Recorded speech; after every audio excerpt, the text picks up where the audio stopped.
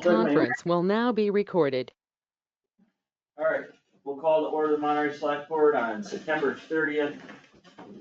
All three members of the board are present here in Town Hall, and it's 6 p.m. We have a few special guests here joining us today. Thank you, Chris and Dennis, for showing up. Dennis, we'll get right into the MVP Main Road Culvert update, which is our first agenda item. Okay, fine. As you know, there are basically three phases in a public works project: planning, the permitting, and the construction, very generally. So we submitted a grant application for the middle or second phase. We called it phase 2A, and it was strictly for permitting of the Culvert project on the main road. The state did not provide the funding. They had two comments, and I believe we had a digital meeting with the regional coordinator for MVP, indicating that there were basically two things: that the round of funding really focused not only on the project itself as something to be done after the planning phase, but they wanted to have partnerships outside the town. We had presented to them basically partnerships with other organizations inside the town, mostly. For example, the Select Board, the Council on Aging, and we had even suggested and actually heard back through the second phase project that the State Historical Society did really not have a significant problem with that project.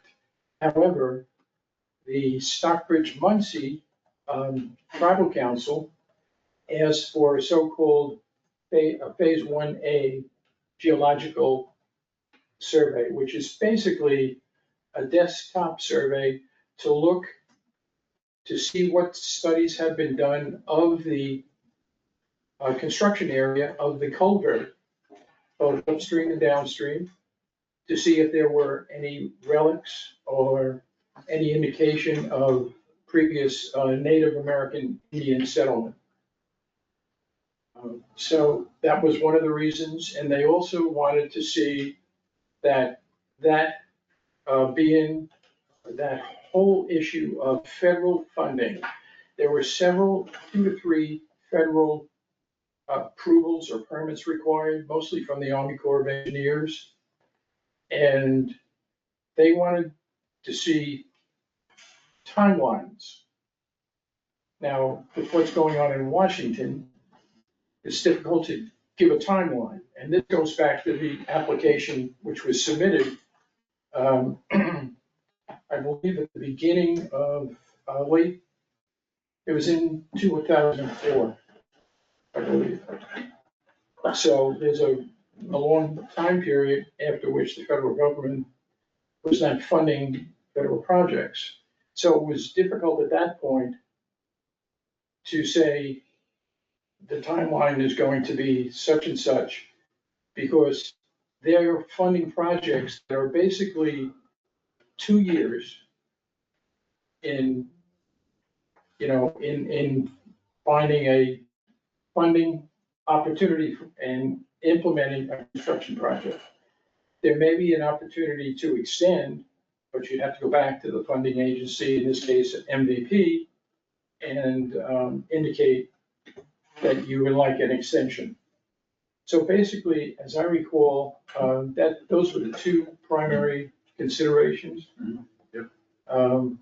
So I think at this point, the question is, we want to proceed with trying again, and I guess there was no objection on On the regional coordinator's side, if the town tried again, knowing what we know about what they want to see, it's up to the select board. I don't know if you have any additional comments. BRPC was at the meeting as well. No. No, Oh, the regional coordinator of the MVP grant? yes, Yeah, yes. and the SAS. So I have a question. They want partners outside the town, like who? Who would that be? Like a group from Otis It's- because they use the road too? I mean, Something like that. what, Yeah. but I don't understand who those partners could even potentially be. Like, what's the purpose of that? So, I think one of them was actually the Stockbridge Muncie yes, Okay, group, because right, we had That on our makes sense. form right. that we were gonna sort of do this process with them. Yeah. But we never had actually Contact. contacted them, and so there was no actual Formal. outside formal Right, support okay. from That's the right. Muncie, even though they wanted the whole issue of doing a survey.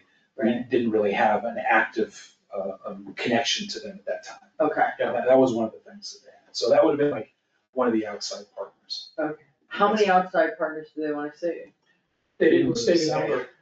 Well, I mean, is that enough, or I don't do you have to have more, and who would even, like, I'm just having trouble seeing who those potential partners could be. So, I wonder if something like, I know they use, I don't know if it would be something, but like an organization like Trout Unlimited, because it's a cold water fishery or some That's good.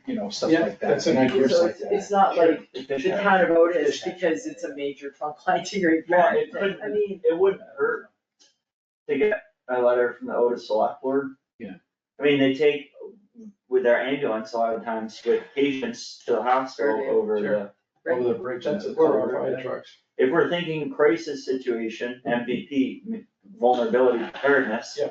If there's a crisis notice, a major weather event, and let's say this road's flooded, because we know that it will flood in a 100-year flood Yes, no emergency services from this side can get there, sure. to the Yeah. hospital. including our drugs, right? Like, And another partnership would be with BRPC, Berkshire Regional Planning Commission. I thought I forgot, wasn't Courtney involved in Early on, yeah. the grant? Early on in the beginning of the second phase. Are they not involved anymore, or? And not at this point, but they could be brought in if we're successful in incorporating them into the application. It had some money to pay them. And how do we, last time from the technical assistance Money came grant? from the technical assist, wasn't there a technical There's assistant no grant? local match. No, I know, for BRPC, how did they get paid? Was that through an assistant grant or was? I It don't- would have been, I can't. it would have been through the MVP. Yeah. That's what I thought. Yeah. So the MVP phase one was, Conducted by BRPC. the planning. Right. Grant. Yeah. But they could also, we might be able to put them in as coordinators for phase two Yes.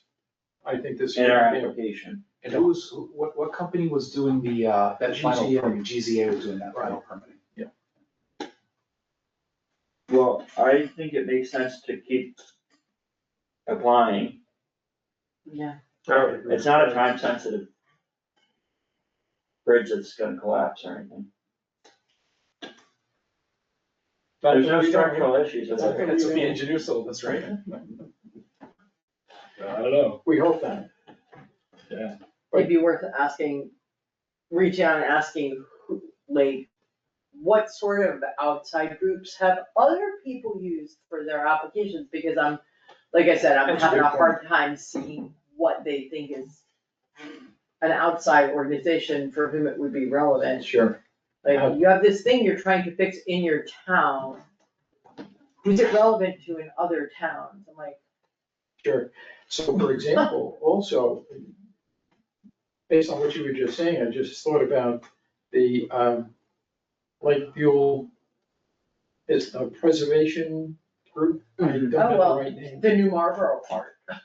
Yes, Right, they're not in our a town. letter of support, because if something happened, you know, when a major flood took place, I'm sure they would be infected. And the town of New Marlboro.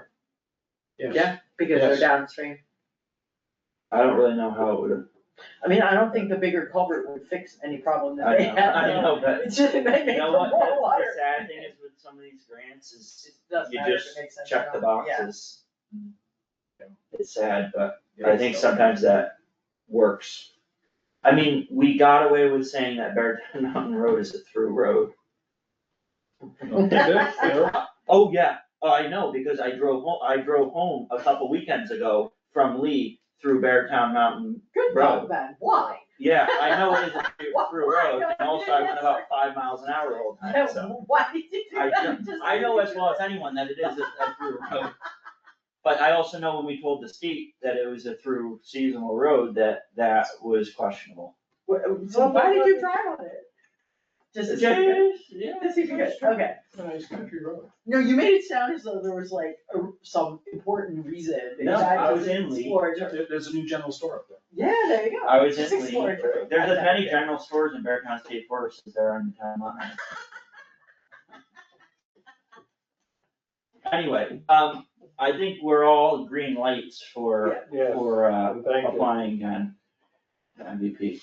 Yeah, let me say, one thing, about this project and the next one we're going to discuss. You know, I really believe in these two projects to make them happen. And what is reflected in the grant, request information form is many less hours than I would put down for this project. So, you know, and that's gonna happen if the town moves forward with the pavilion project as well. So I just wanna mention that. Thank you, Dennis. Yeah. Is there a request form right now Yeah. for this? There's also, 2 webinars on that request form. The state has now set up a one-stop, essentially a one-stop program for funding statewide. So basically, I understand in a general sense that you take a project to the one-stop and they determine where you can go to a bucket of money from a specific funding opportunity. That's useful. Yeah. Maybe, if they're right. So those 2 webinars are going to be talking about that process. And the other. So when is the next MVP cycle though? It's not for a while? MVP, right. Essentially, they'll be looking for another expression of interest due by October 28th. And that's basically MVP saying to the funding community, basically, of towns, tell us what you're looking for in terms of dollars. And then when they come out in the spring, or in early spring, probably around the end of March, beginning of April, if not sooner, they would make known that they're gonna have a certain amount of funding available based on what they've received from the expression of interest. So that's the other, I believe, that has to be submitted, as I said before, October 28th.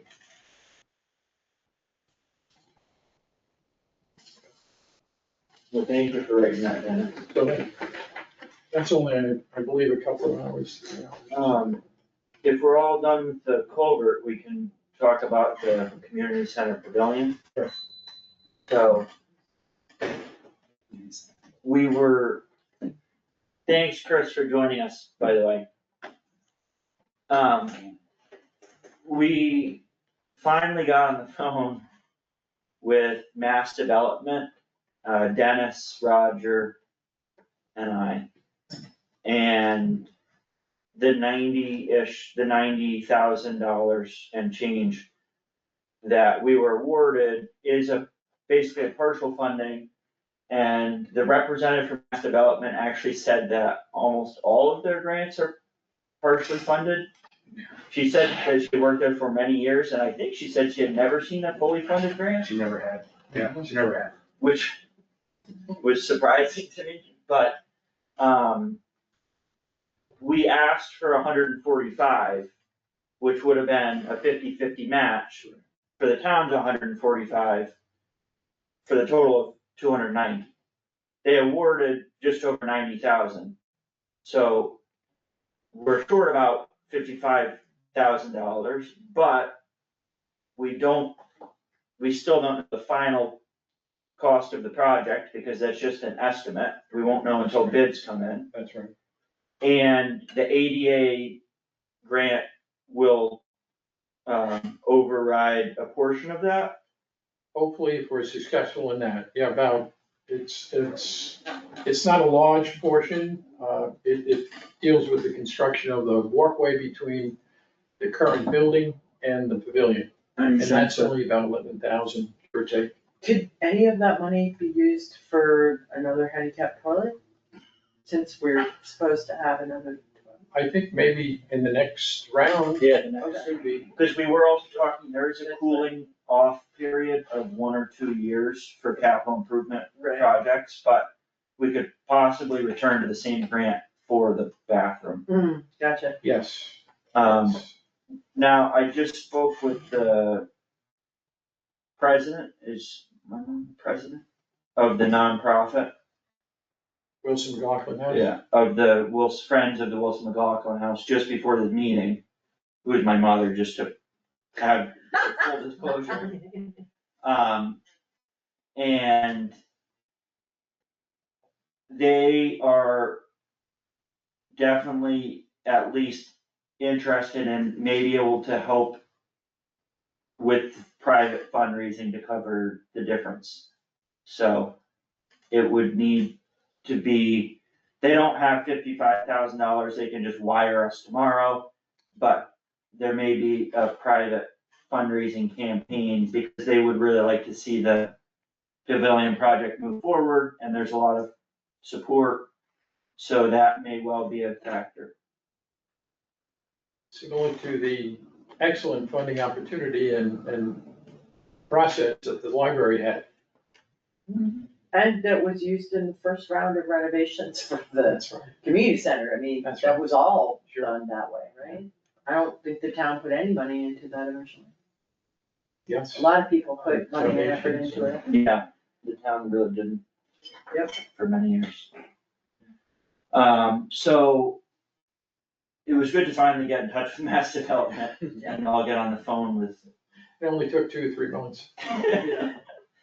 So, trying to think if there's anything else. I think we'll have to have a continuing conversation with the nonprofit organization about what their capacity and goals are. Oh, here she is. Just to catch up to speed, it looks like we were talking about the nonprofit Friends of the Wilson McLaughlin House potentially helping fund the pavilion construction effort.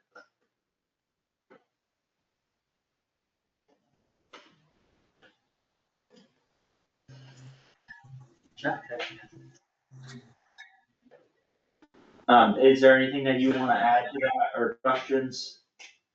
That's to you, Mary. Oh, hi, sorry, I just got on. Yeah, thanks. That's, we would need to have a meeting with the board, which we're having a little bit later in October, but I'm imagining that I know that people in FWMH really want to see the pavilion, not just started, but finished, eventually. And I know it might have to be done in phases, but I will, as the president of FWMH, I will have a meeting with the board and recommend that we could move some money from there over to help with any shortfall on the pavilion, at least help as like seed money for that. So I can't tell you how much right now, but I really think that there could be a significant amount that might really help, and that we might be able to do some kind of like matching with, if there's people from the community that want to match.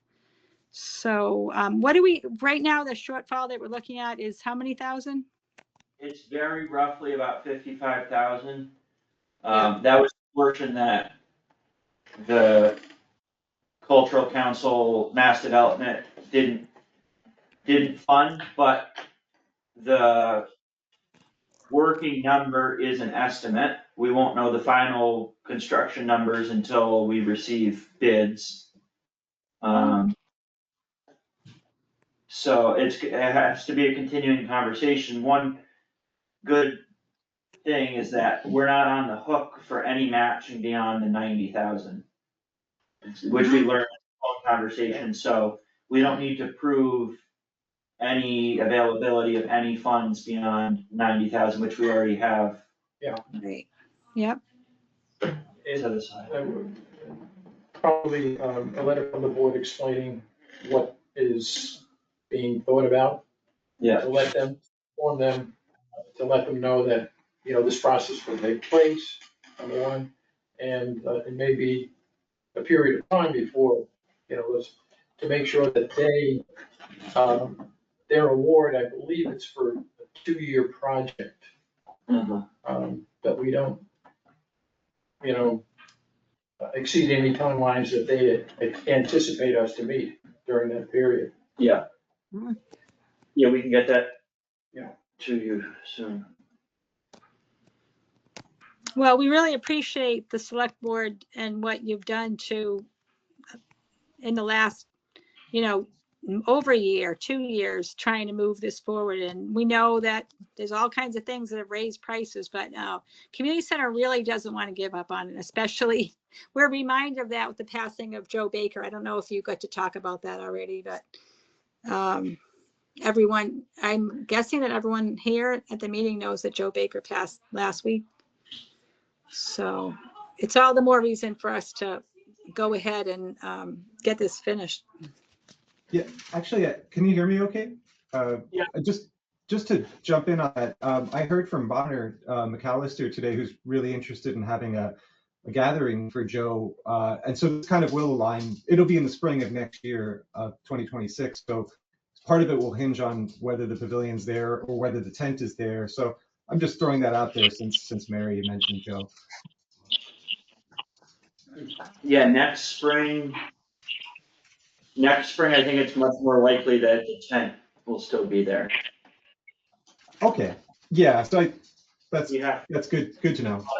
Before the, pavilion could go up. And just kind of going back to this one stop, although the state doesn't like to see state money matching state money, since it's a new one-stop program to streamline funding in the state, maybe they could direct us to something that they would be amenable to provide other matching funds. I'll raise that at the webinar. Yeah, that's it. I mean, no harm in that. All right, so I think we will get a letter from the select board explaining our financial support for the project. And anything else that we need from board dispersed. We'll also try to work on clarifying the bid process for the project. And we have the final documents from EDM that can help us. Yeah, we have, you mean the cost estimate? Yeah, we had that. Will EDM help us put it out to bid? I forget if that was included. That was gonna be in the final grant project, the construction, so they would have to. Which is the phase that we have money for now. That's right, yeah. Well, yeah, out of the 91,000. But we have the state's 91,000 and we have our 145. 145. So we're already at 230 That's right. something, Yeah, it roughly. would come out of that tranche. So we'll pay EDM to help us put it out to bid. If the board Yeah. wishes to do that, sure. Yeah. Yeah. Maybe we should wait until after the October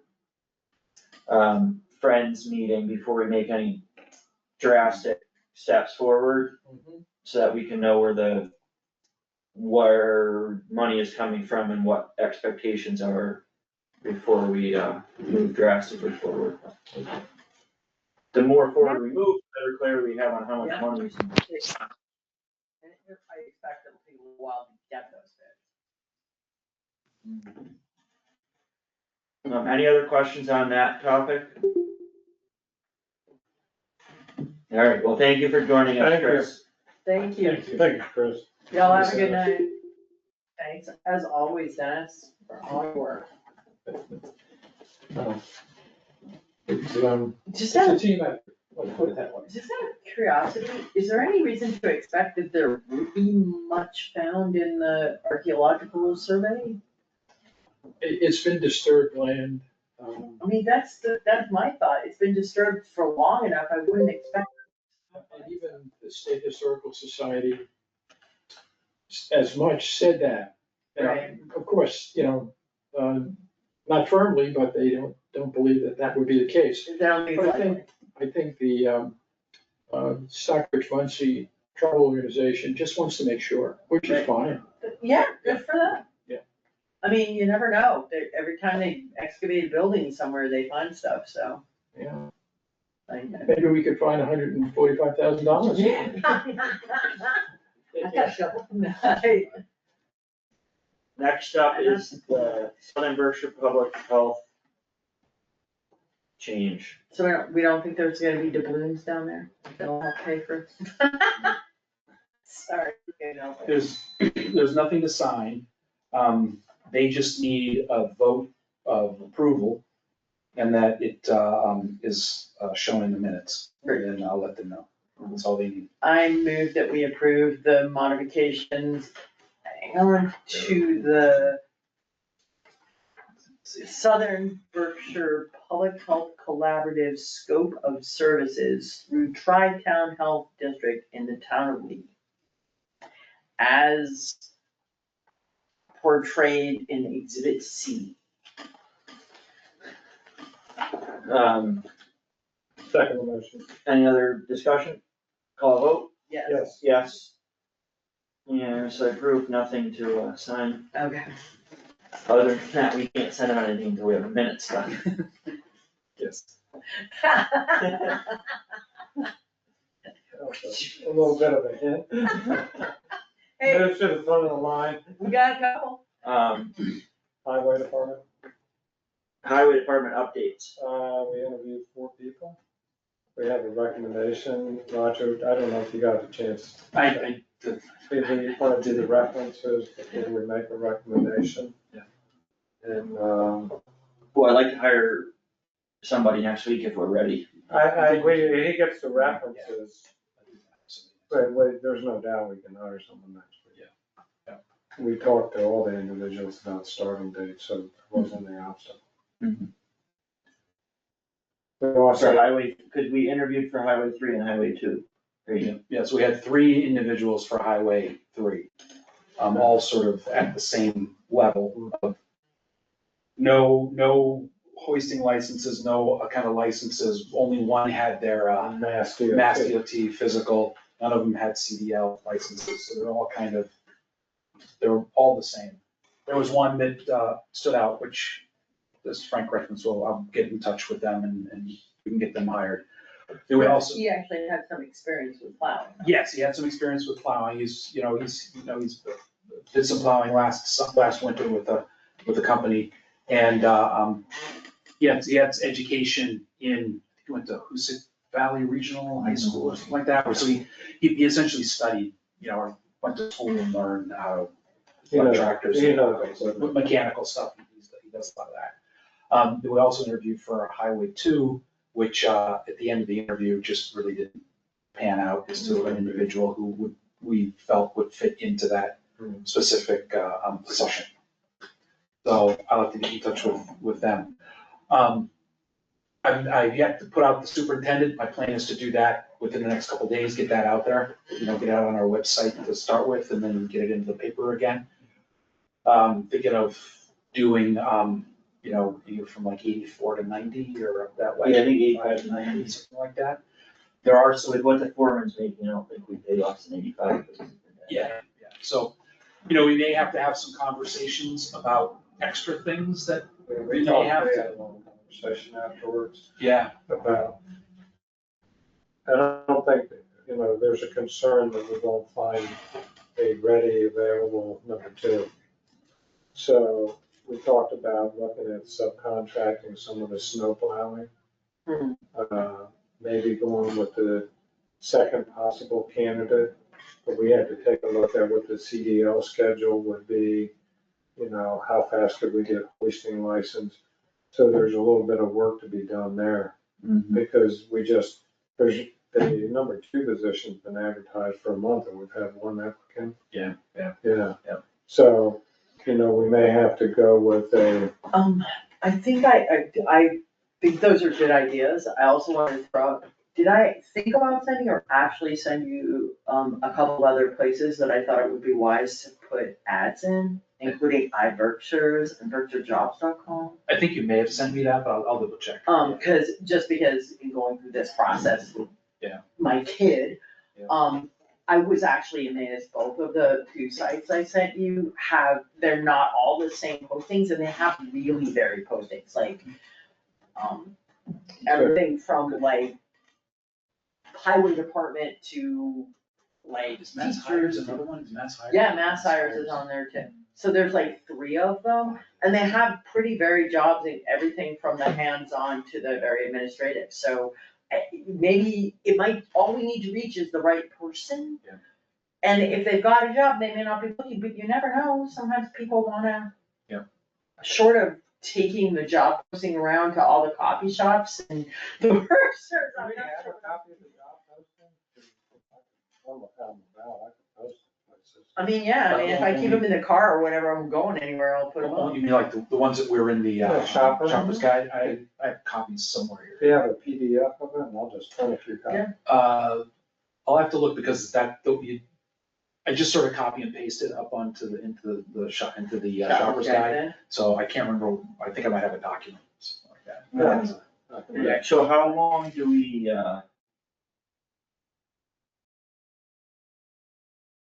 wait, or what other methods of trying to recruit do we use before we decide, okay, we're gonna hire two green employees I think, with no licenses?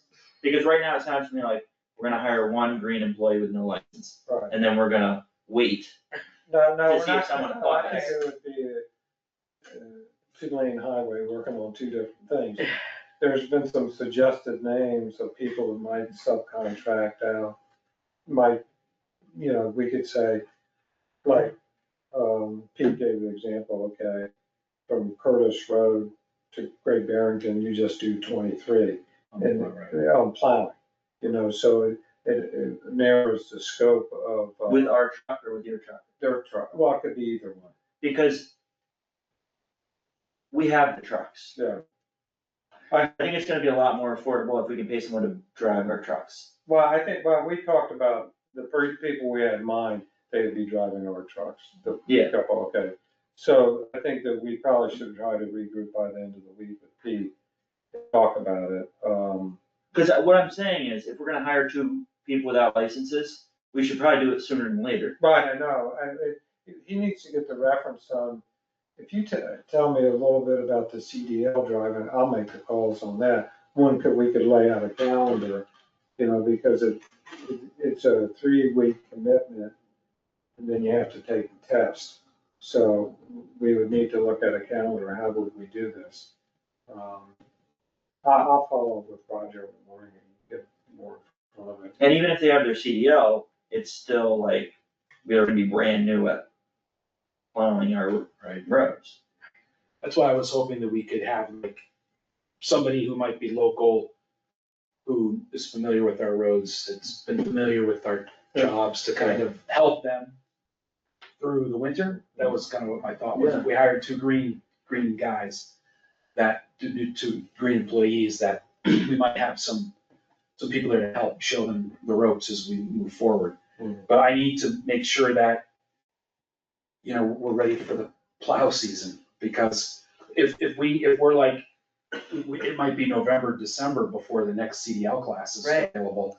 And then all of a sudden, there's one guy less to do day-to-day work. Cause he's going to the Because he's CDL. going to the CDL. I am- So it gets a little I know. funky. I am a little bit surprised, and I wasn't at the interviews, and I got a little update from Roger, but I am a little bit surprised that someone who had their CDL, who was interested, interviewed poorly enough when we're in the situation we're in, we don't wanna hire him. That was more like they interviewed us on what they would do. And it wasn't about getting out and driving a plow or anything. Yeah. I mean, I don't wanna say what I wrote on the interview sheet. Okay, so it was, Yeah, it'd be a terrible fit. Okay. He's not a bad person. I'm happy you're saying that, because that makes me feel better. To me, going into it, it'd be nice if it would work, you know, it'd been very convenient, but man, that would be like, you know, taking 10 pounds and putting it in a 5-pound bag, you know what? Okay. Use your imagination. I'll let him speak for the group.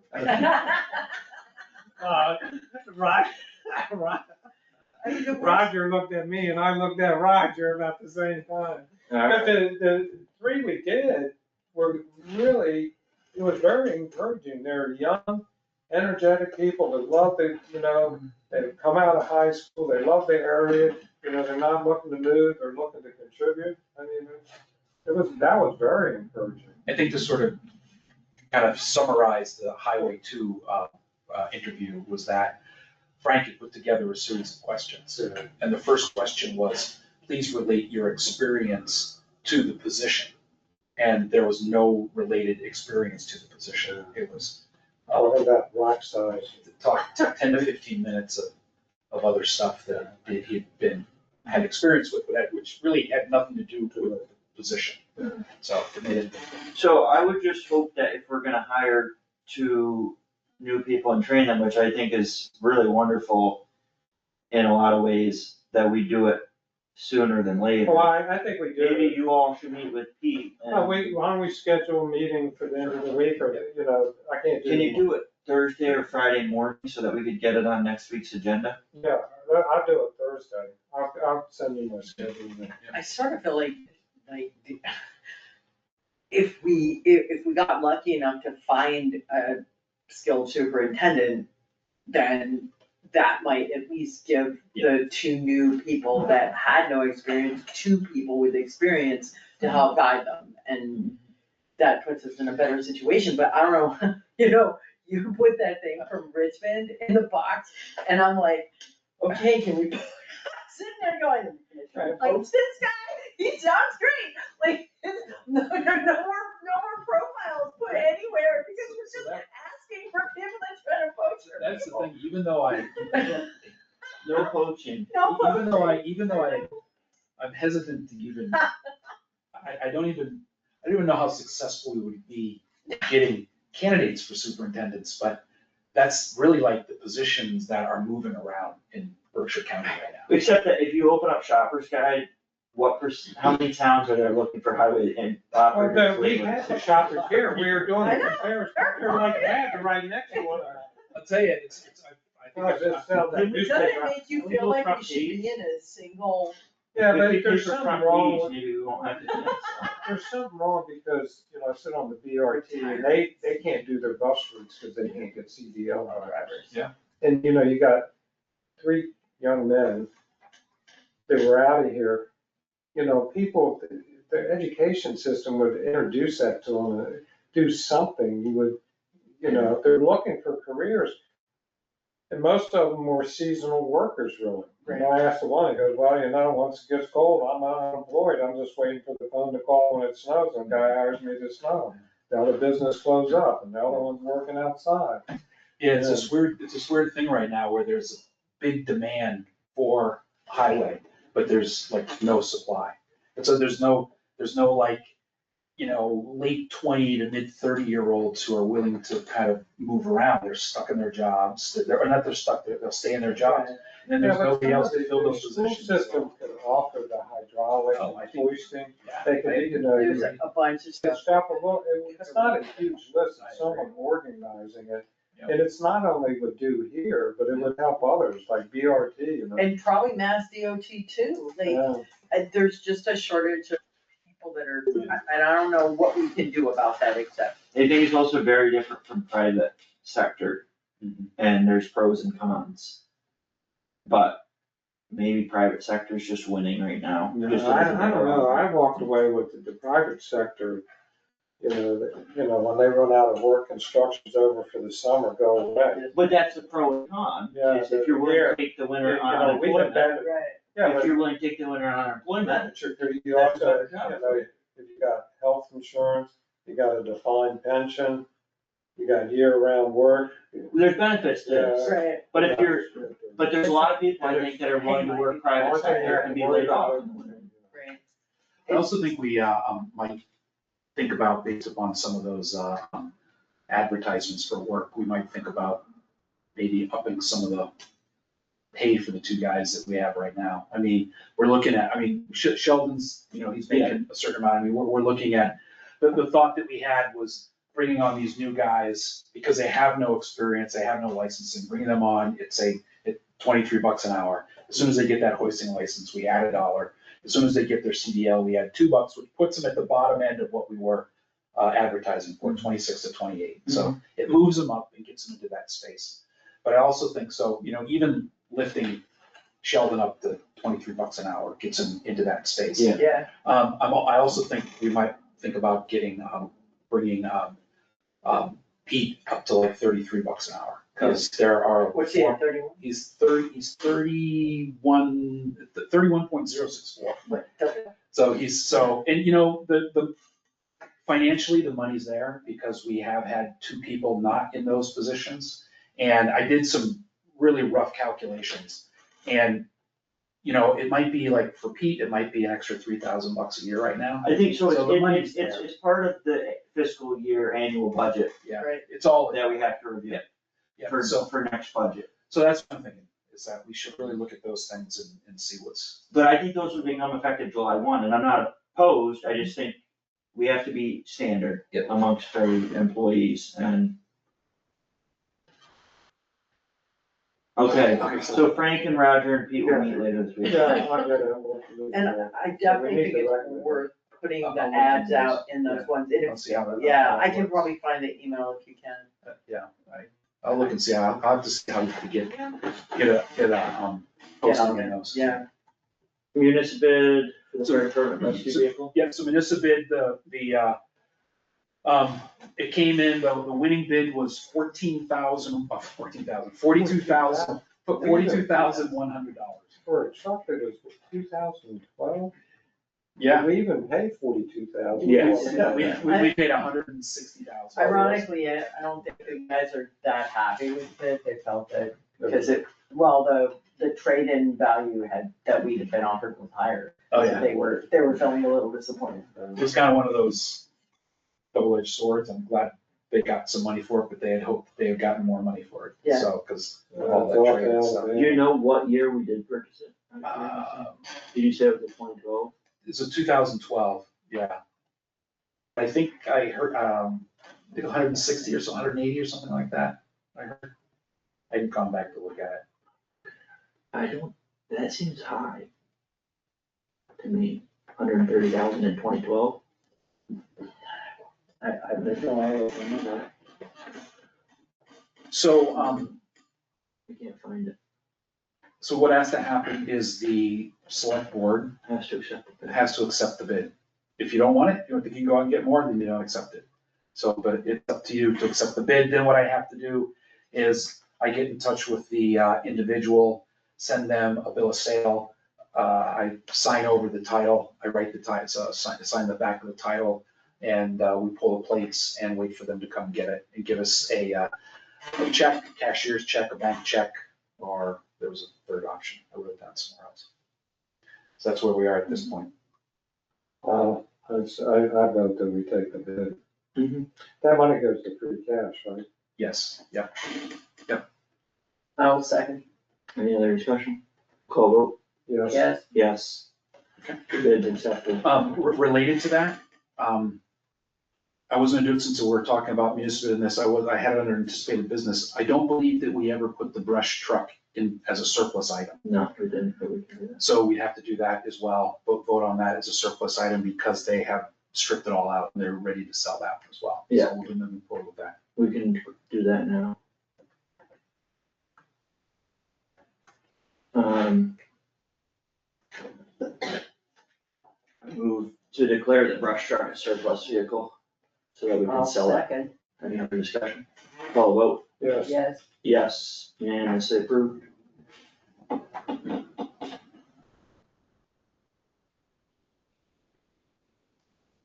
I'm sorry, I was looking for this silly vehicle and then I came across some really interesting stuff. The old rabbit hole. That's for sure. Special town meeting warrant / bylaw review committee, so our last regular meeting to sign the special town meeting for the first Saturday in November is Tuesday, October 14th. Wow, that's coming right up. Yeah. Tickets in the back. So I don't know if we have anything other than the bylaw review committee. I have two things. Yeah. One is the opioid monies Yeah. that, I think it's about $2,500 that was in that weird free Yeah. cash thing, so that has to be part of it as well. And where's it going to, RSYP? RSYP, yeah, the Railroad Street Recovery. Youth, Railroad Street Youth Program. We've already given them probably close to 3,000, well, we've given them, I think, 2,700. We just got another $900 that came in, I have notification of, I have to verify that with the treasurers and the accountants, so we can get that to them as well. Which that automatically goes to them at this point. Yes, at this point it does, it's just this, the old money. it's just this weird money that was in this, that ended up getting in free cash before they changed the rules. The other one, the other thing I would like to suggest you might want to have a conversation about is the chapter 90, section 17C, which has to do with, voting, or what the town council suggested was that get put in front of the town meeting, and that has to do with, thickly settled areas, so that we can automatically, those are automatically 25 miles per hour. So her suggestion, was that it goes in front of the town meeting, basically saying that they give an okay for the select board to make the decision on whether or not to do it. Which we don't need to do. Which we don't really need to do if we don't want to. This is like a non-binding mandate. Yeah, so if it gets voted on by, at the select board level, and you vote to, accept chapter 90, section 17C, we go through a process with Mass DOT, and then we find out where those sections of town are that are considered thickly settled. We gotta put up some signs here and there that say, this is what we are, you have to comply with that, we've accepted it, and that's where it is.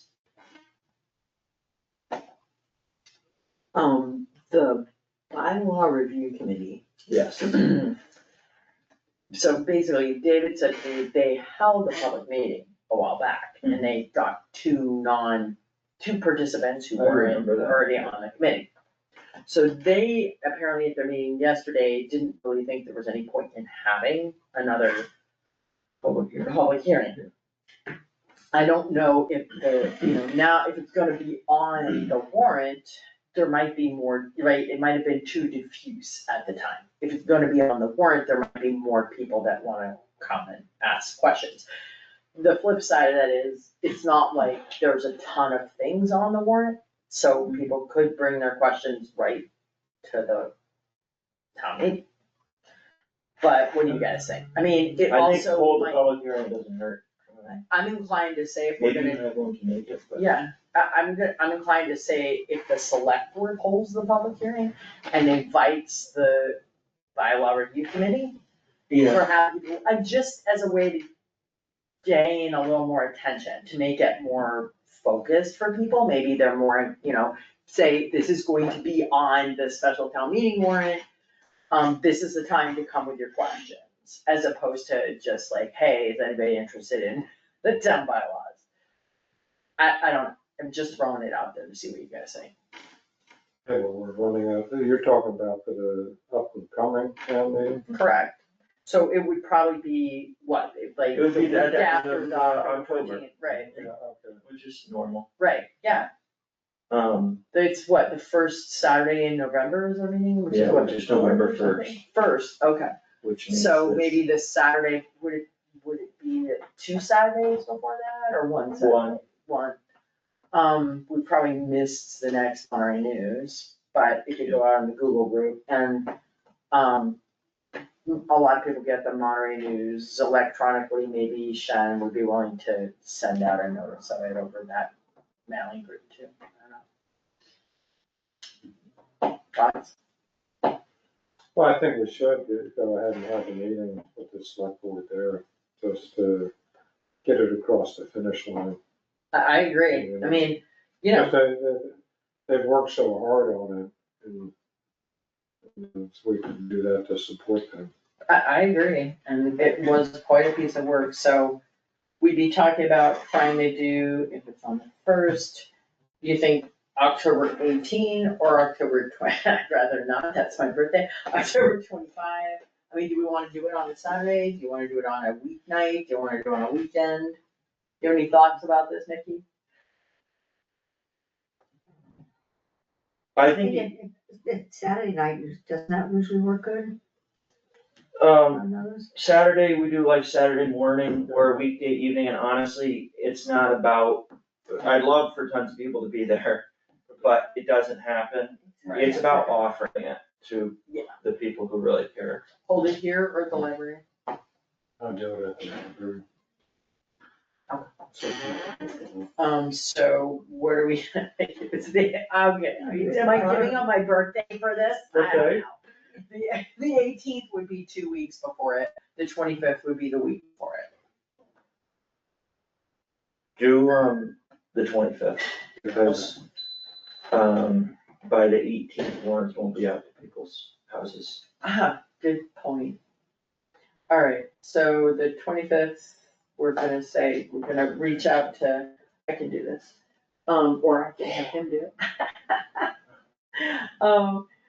Yeah, he drove for the first time yesterday, very exciting, I know, right?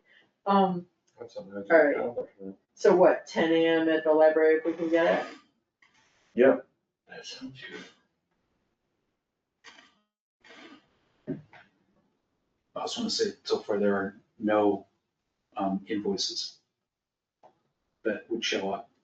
Wow, yay. Everything's been paid. Good. From hell or high water. Hopefully not twice. Yeah, exactly. Okay.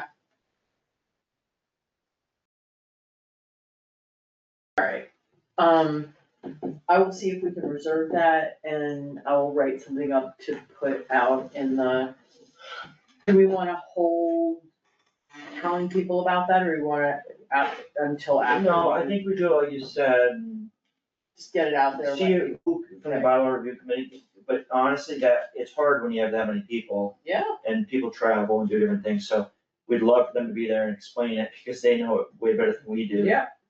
But. Okay. I think that's, Sounds good. we tell them that's when it is. They might appreciate not having to make another scheduling, and then if they can't make it, it's, we didn't schedule it. So- Right, but- And I'm sure some of them will be able to make it. I'm sure, yeah, at least some of them will.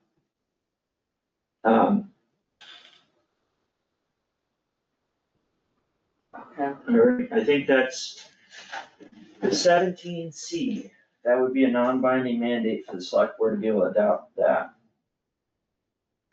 For thickly settled areas, 25s 25. mile per hour. I don't see a downside to doing it. There's a fair amount of them. They're kind of sprinkled all over. There's one big, the largest area of them goes from just a little bit north of Hubai downtown and then out Beartown, down Fairview a little bit. That's like and then downtown somewhat. A lot of those are already covered by those special speed regulations, but there's a fair, they're here and there. Where, while Susan works on drafting up a thing for the meeting, for the briefing, can you draft up an article for to explain the speed? Yeah. Regulation? Yep. Where it would apply? Yep. Where it would be thickly settled areas that it wouldn't apply, Sure. and then we can put that in the cover letter, because I'm sure that's people's first question is, Do we really think we sell area? We're gonna need 23 to 25. No, it's not gonna affect 23 at all. It won't affect 23 or Tyringham. Because they already have the special speed regulation. Yeah, it doesn't override those. There's spots, or Pixley's the same way, it doesn't override. So it affects the UPS drivers. Yes, like on Hoopi. Oh, they came bombing up a road at Gould Farm, that's not even really a road. Oh my God. It's just huge ruts. It's just an agricultural road, kind of, Okay. and going probably 40, probably because they were like, it's 40, it's not posted. Exactly. And it was like, that is doing a ton of damage probably to your vehicle. I know. I think He actually, doesn't, I it's made not my his deliveries. vehicle. I think actually Gould Road might be one of them, because there are all those houses on Gould Road. There's sections of Hoopi, sections of Mount Hunger. I think also driver's ed lied to us for years. Yeah. And everyone went to driver's ed, said that if there were no signs, it was a 25. Yeah. That's what we were basically taught, as I recall it. Honestly, I think that's safer than actual reality. I mean, honestly. Oh my goodness. Okay, and we'll get town council to draft those up. CDL policy, I think we just need to wrap up, approve the final language. I sent some today, I changed it a bit because, Oh, and go ahead. no, to interrupt, but on the highway topic. Yeah. In 2012, at the annual town meeting for that rescue vehicle. Yeah. Was approved $210,000. 210? That was at least the warrant. I didn't Wow. find the minutes, but I assume it was, and I don't know if it was all spent. So, Yeah. All business. That's painful to only get 44 for it. vehicles are, Sure. The rapid depreciation. I think they were a little upset because there was that option to not use the procurement laws of Massachusetts and just get $125,000 for it. So 120. Wait, what was this? they were offered that as a trade-in Oh, through all the whole, when we were talking about the beginning of Right. transferring over. Wasn't that for multiple vehicles? They were not, they were offered $125,000. Yeah, so yeah, offered them 125, but it wasn't through the procurement rule, the procurement process. It was basically just, here's 120, we'll give you $125,000 for it. As part of the trade. Yeah, I think it was all part of that initial trade and some of those dollars from the Sutphen involved there, but, I talked to, town council and procurement and how that all worked, and it just didn't follow the procurement rules.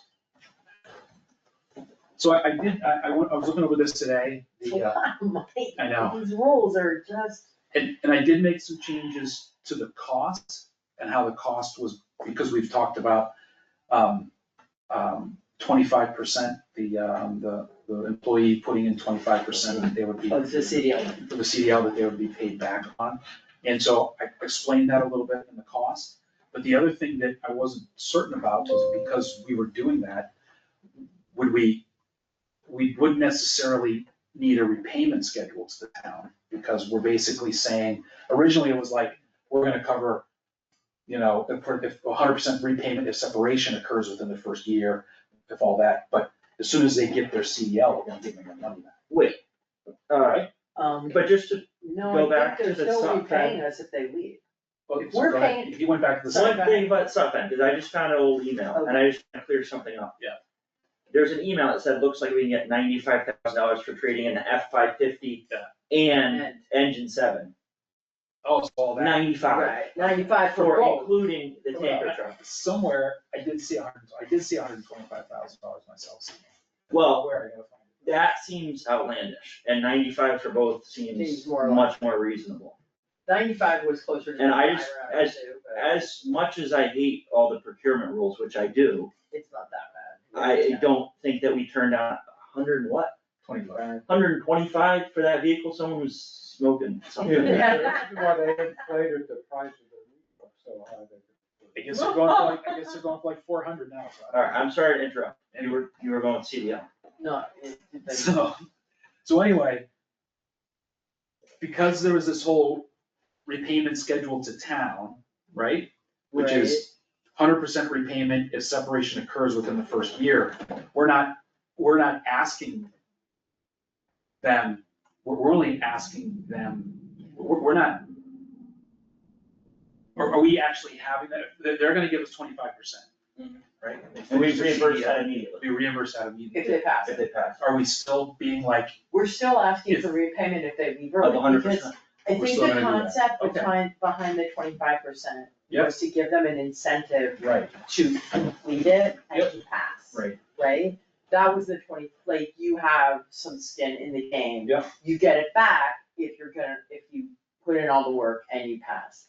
But we're paying for it Mhm. with an eye to having you as a trained employee. Mhm. If we put you through the training and you quit, you need to pay us back for it. okay. Or work for us I for get you. 3 years, because then we've gotten the value of the training. Yeah, so So they're both, sure, that's, not so one or the other. we can just keep them both in then. The only thing Did I do that correctly? No, Yes, yes, you did. I was trying to wrap around my head today in Right. multiple conversations. So I did change some of the costs, like under the cost, I was specific to I changed this, I made the CDL class A unique and also the hoisting licenses, because we did say we were gonna pay for the hoisting licenses and not worry about attaching that to Right. repayment with years of sticking around for a year, because it's like it's $180 I looked for each license. So, Yeah, I think we should pay. so I just wanted to. So where would that, which paragraph is that under, sorry? So if you look at the licensing cost sharing, Yeah. it's cost, it's under cost.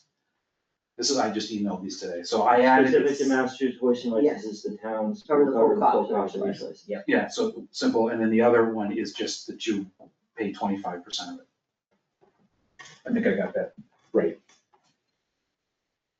Like I said, the idea just being they have Yeah. skin in the game, they get it back if they're able to pass. And I was just trying to separate out CDLs and all those other smaller licenses that.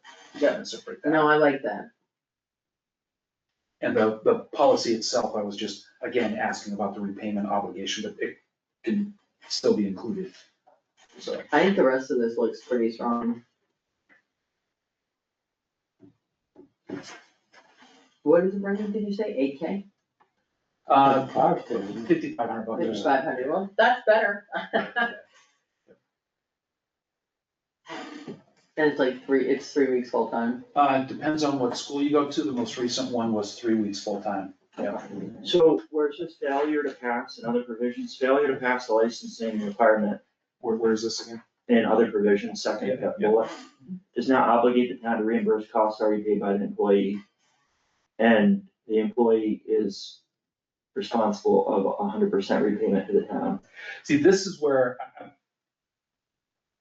some of that feels like it was, they're paying up front. You know what I mean? Cause that, But they're not. but they're not. They're not. They're not, So- so that's where it's like, 25%. so they're paying the 25%. So I like that bullet. Yeah. Which is to say, if you don't pass it, we're not gonna give you back your 25%, Right. Until you do. but also you owe us the other side. You have to, Basically, you have to stay with us for a year or more. So. you know what I'm saying? Do we want? If they can't pass. No, you still, like, the repayment schedule stands whether or not you pass it. Right. So I guess if you fail and you just cannot pass the test, but you stay with us for 3 years, Yeah, but we Maybe we told them that we can't you have to pass the test when we interview them this week. Yeah. Cause so, no, but I guess what I'm trying to do is protect the town. Yeah. Like if someone at some point under this policy doesn't pass the test. they repossess their truck and fire. Okay, so, no, but someone might Yes. It's a be real a great possibility. employee who can't pass the CDL test.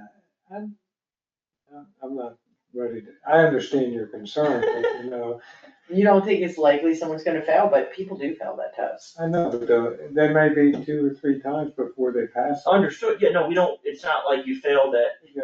you pay us $5,000. Yeah, I know a lot of accountants. But if you fail it and you 4 or leave- 5 tests to get through their CPA. But if you, two things, one is, without going through the fine tooth comb, is there something in here about if you don't keep it in good standing?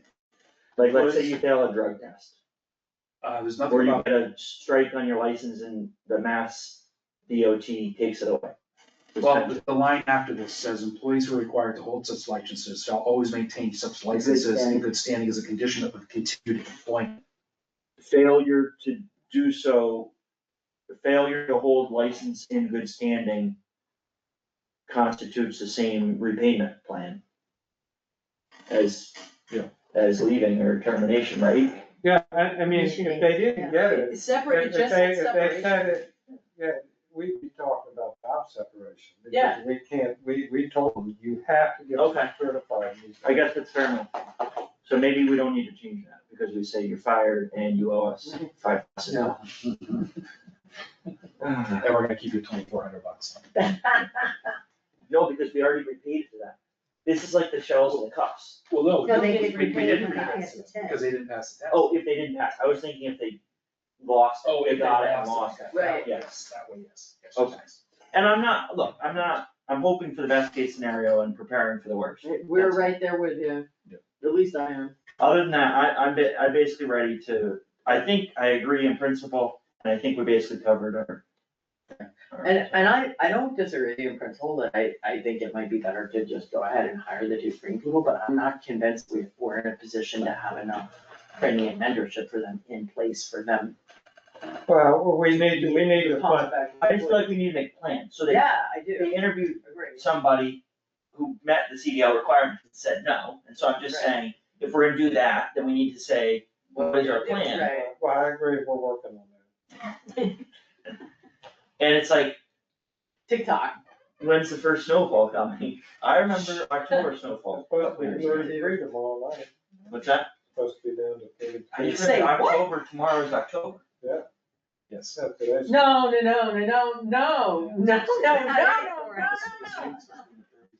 And in case you're wondering. Some people live in denial, even though they've been here all their Those are life. different hoisting licenses and stuff, yeah, there's a whole series of them. Okay, 39, it's not a frost warning. You said I 34. heard the next couple of days. Yeah, why would we do this? In case you're interested in what the hoisting. Oh, did anybody else wanna see that? I'm okay. I thought you did, emailed right? them. Yeah. But you had shown them to me another time, Oh, that's right. but that's okay. Oh, Monday 81. Yeah, what? Sunday 80 and sunny. Right, Are you so getting this is going sick down on- to are you 39 getting- again. Are you getting sick on Monday? Alright.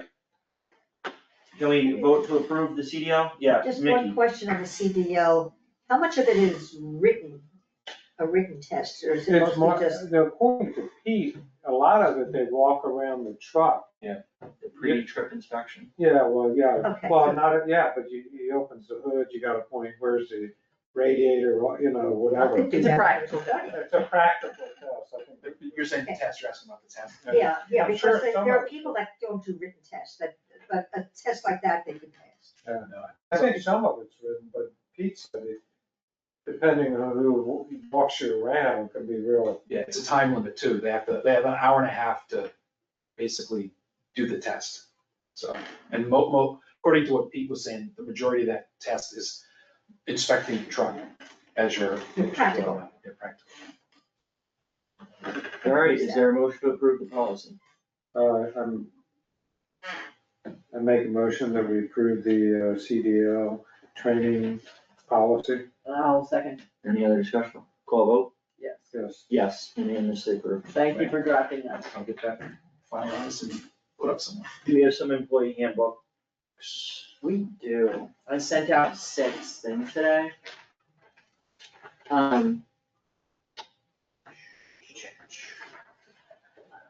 So I'm sort of the most motivated to, to look at look at the holiday one. I think I'm called paid time off on there. Because I feel like that's the one that's been like hanging in the wind, and this is the first time I think we're looking at it with all of the, it's a combined thing. I like, whatever you guys wanna, I took it's one, open season. but just, the one was if the holiday falls on right after the list of holidays. Mm-hmm. You wanna read what I wrote, it's in the red there. I didn't really set out, so you can do it at the same time. So yours is a, Mine's the red, yours Right. the blue. That's the only change.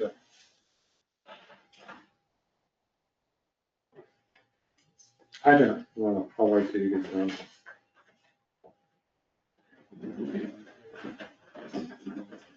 So basically, just the change is just in the first sentence. No, this here, This is a big change, Yeah. but what's this? that's a change too, but this is taking that whole paragraph. I know, it's just that a lot of the words are the same, They're so. saying, but I rearranged I them. know, I'm just trying to find what the changes are.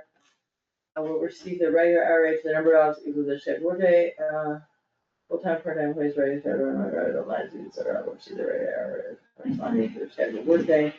Employees who are scheduled to work on a holiday do not attend their scheduled, not paying, will not stay holiday.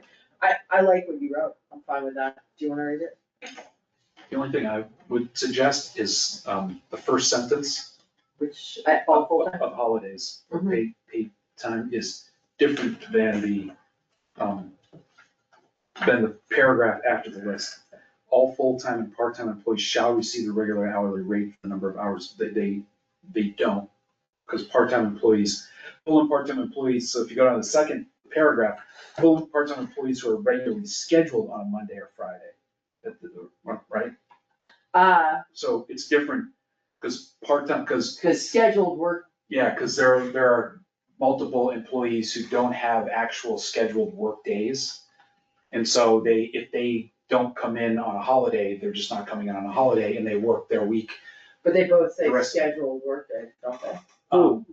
No, so, like, for example, Catherine Roberts, she doesn't have. She has no scheduled hours. She has no regularly scheduled hours or days that she comes in, she just comes in. Then she's not eligible for holiday pay. But that's not what it says. All full-time and part-time employees shall receive their regular hourly rate for the number of hours equal to their scheduled workday for the following holidays. They aren't scheduled workdays.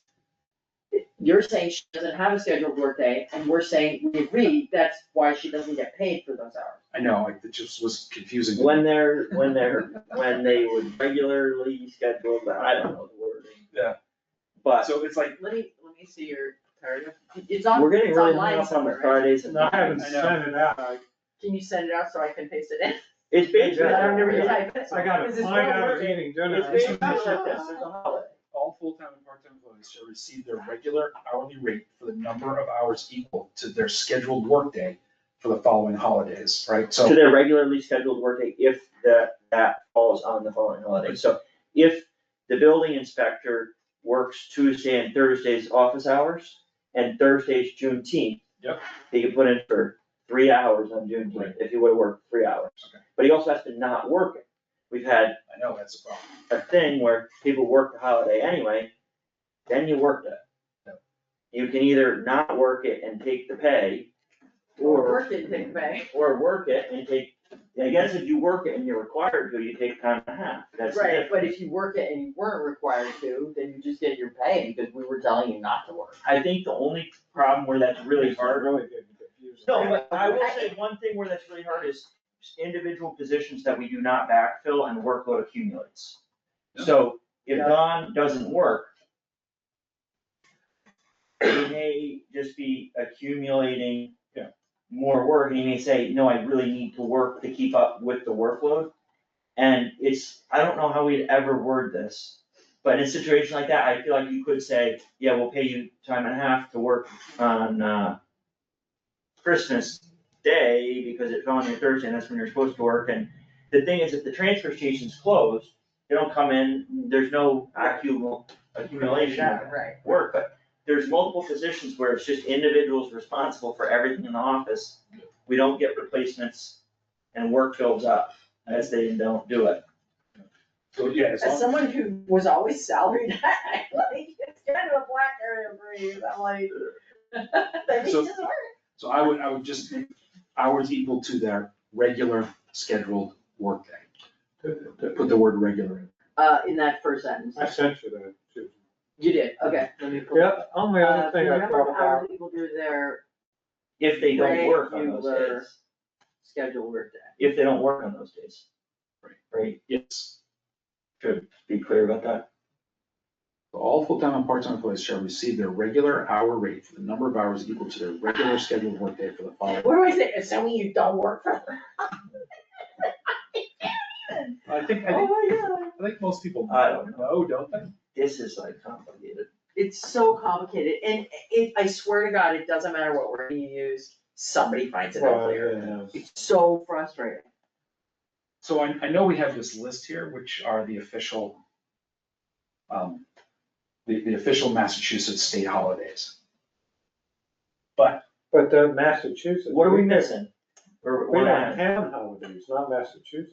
What are we missing or wanna add? we Name got one. a lot of pushback on Easter. It's not, it's a religious holiday. Okay, I'm okay, just wanted to bring it Okay. up. Cause I thought about, that was my question about the I transfer station. just wanna But point out, towns designated it as holidays. we did not get a lot of pushback. We got pushback from one individual. It might have been a lot of pushback, but it was only one person. We got more than one. Okay. I Even think- the most vocal. It's I got it also, from two vocal people. I think Yeah. it's also, One of them. it is also sensitive, I will say this, because, right, what if someone comes to us on Easter, on Yom Kippur, on their religious holiday, and they say, I can't work.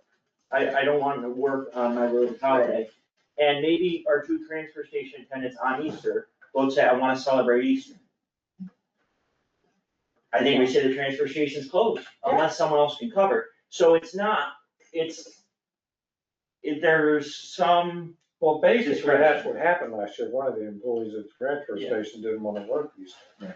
but I think when it comes to But the other something like person that, was if it's a significant religious holiday in their religion, then we respect it and say, Well, I we're not agree, we required to come respect into it. work. You're not getting paid, but you're not required to come into work. I agree with that. I mean, I don't wanna put a hard and fast rule on it, you know? No, and I personally feel we should just be following what the state does, it makes it easier, Which What is, the- which are these holidays. holidays are not Easter, right, yeah. Yeah, just what they list. Yeah. So are we missing any? Nope. I Okay, think good. Okay. Till next Easter. Well, hold on, my birthday's not on here. Well, mine isn't either. Well, we had a meeting in mind, so.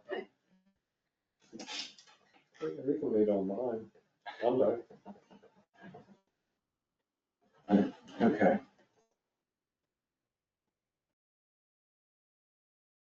I think in principle, everyone agrees with the policy. Yeah. Yeah, I think also, I will say this. Alternate transfer station hours don't always happen, so let's say,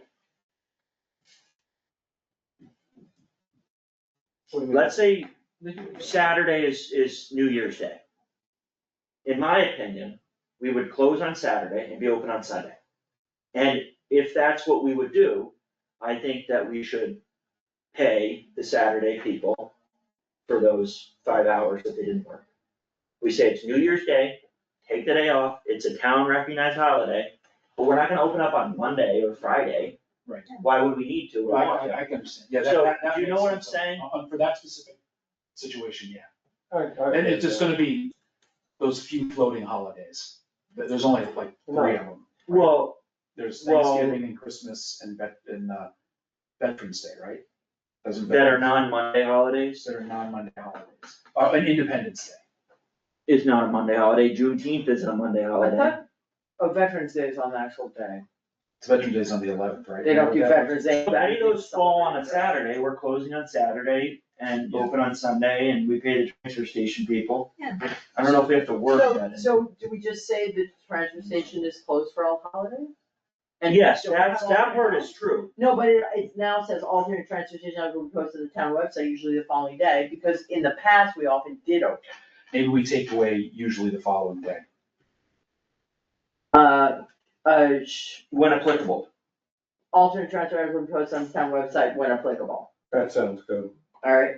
And I think here is the question though, let's say New Year's Day is on Sunday, we open up on Monday. Mhm. We're only paying them for when they work on Monday. I guess that's basically it, cause make up hours. Yeah. Yeah, Mhm. okay, I just wanna clarify that. And I think initially, the way it worked is when it was closed, they didn't get paid for those hours. Oh, yeah, there was 1 year, I mean, part of the reason we had to do this is there was 1 year that the transfer station people were not happy because holiday after holiday, they didn't work and they didn't get paid and they were like, Merry Christmas, Right, yeah, here's your tiny paycheck. exactly. Mr. Scrooge. Yeah, right, and Because And it was Christmas true and for New Year's. library workers too. Same day of the Christmas week. and New Year's. on the Christmas same and day. New Year's are always on the same day of the week. Right. And So if you you get have, paid if twice you're on in a a row. third, well, see, Thursdays wouldn't bother them, but we had it in my office one time. So you had Thanksgiving, Christmas and New Year's were all Thursdays.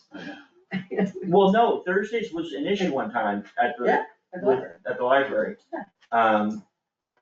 Because it was Veterans Day and Thanksgiving. Yeah, that was another year, Right. Veterans Day and Thanksgiving, so somebody totally missed out on great hour days. Any other questions on that part? Alright, so did you read his wording and did you like it? You didn't even see his wording here. That was his wording for that paragraph, and I think it's fixes whatever. Yes. I like your wording. Good job, word guy. I know you're usually not happy about being a wordsmith, but you did a great job. I like that paragraph better than. And someone edited it. One thing I don't understand though is the last sentence, if you're scheduled to work on a holiday but you do not attend, will be marked absent without pay. So you're scheduled, it's your regularly scheduled, and you're put on, and you don't show up. But it kinda makes it seem like, Basically, if you were supposed to work the holiday and you didn't, we're not giving you holiday. I just don't wanna get it confused with some of the regular schedule hours would fall. This is too nitpicky for this meeting, Right, but okay. you understand what I'm saying? I do, but I think it's clear. It's clear enough, but- Basically, it's saying if if you were chosen to work that holiday for whatever reason, but then you decide, what the heck, I don't feel like working, and you don't show, you don't get holiday pay, because, right, because you were supposed to be working and it was for a reason, it wasn't a random thing. It would be like generally, I don't think we have a lot of jobs that are like that except public safety. Right, but if the cop or the fire person who has that shift doesn't show on a holiday, they don't Police get. is its own deal, right? Right, I'm just saying, in general, the way that works is if you pull that shift for whatever reason, and then you don't show, you don't get holiday pay even though you didn't show. Yeah. Right, cause you were derelict in your duty or Yes, whatever you wanna call that. Yeah, weird, okay. So all that was just holidays. Okay, moving on to vacation. So Roger and I worked really hard to try to reword if you say 1 to 3 years, is that you completed 3 years or you're in the 3 year? So we came up with years of services, less than 3 years, I could say 3 full years if people want, 3 to 8 years, or over 8 years, because now I'm wondering, if it's less than 3 years and 3 to 8 years, it's I less think that than makes 2 sense. full years, right? I think it Okay, makes sense. leave it, okay. Because when less than 3 means you work 2.5 years, it's less than 3, Right, you hit right. 3 years. Then you got 3, In your 8th year, right, when you've worked 8 full years, more, over 8 years could be more during your than 8th year, you get 120 hours per year. Right, And then, yeah, I when could you're put, in your 9th. after your 8th year, you see why this is so miserable. Yeah, I wouldn't even get hung up though. I Okay. mean, we gotta have some common sense at the end of the day. Oh, one hopes. Right, okay, so the rest of the word also, I do think someone besides me needs to make sure that there's nothing gross here. Were you okay with all this? Or I didn't make any errors and it's clear, it makes sense, because invariably you think something makes perfect sense and someone else reads it and they're like, what? No, it looks good to me. I think, the last little paragraph, up to 40 hours from vacation. Should it say, instead of any further, should it say additional hours? Is it, because you're saying so if they have 50 hours, right? They can roll 40, but any additional hours. Additional carryover Yeah, hours. any additional carryover hours, or any hours above 40 require prior approval by the director. Okay. Or something like that, additional hours over 40. Additional hours. 40.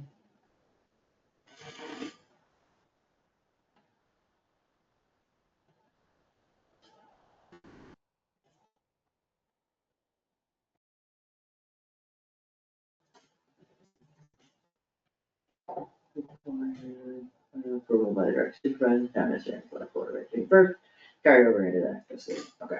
This sick time is like, seems like a lot of time. It seems like a lot of time to be sick, I think. No, but it's, how many days? What's the total number, 90 or? 720 total. That's what 90 days is. Oh, 720 times- hours. Well, no, it says, yeah, 920 hours. No. 120 hours of sick time per year is what, 15 days? 3 weeks, yeah. Yeah, 3 weeks. That's a lot. I mean, I just We've looked up, had it because I for was, ages, we've had it. I just as looked long up as because I I've was looked at curious, and it so, said in Massachusetts AI, says Right. that AI. the normal sick time accumulation is 1 hour for every 30 hours worked. Right. Which for a normal full-time schedule will put you at 70 hours a year, Instead of 120. is what you're saying. 70. And even 80 seems like 2 full weeks, right? You come down with the flu, you're out for a week. You come down with the flu again, you're out for another full week. One of those days might even fall on a holiday. And you have PTO, if you're really fine. But I feel like, I guess we've already been doing that amount. We have I 15 think so, days. yeah. That's pretty generous. I think it's generous without really doing a full deep dive. This is what it was, I Yeah, just yeah. didn't change it.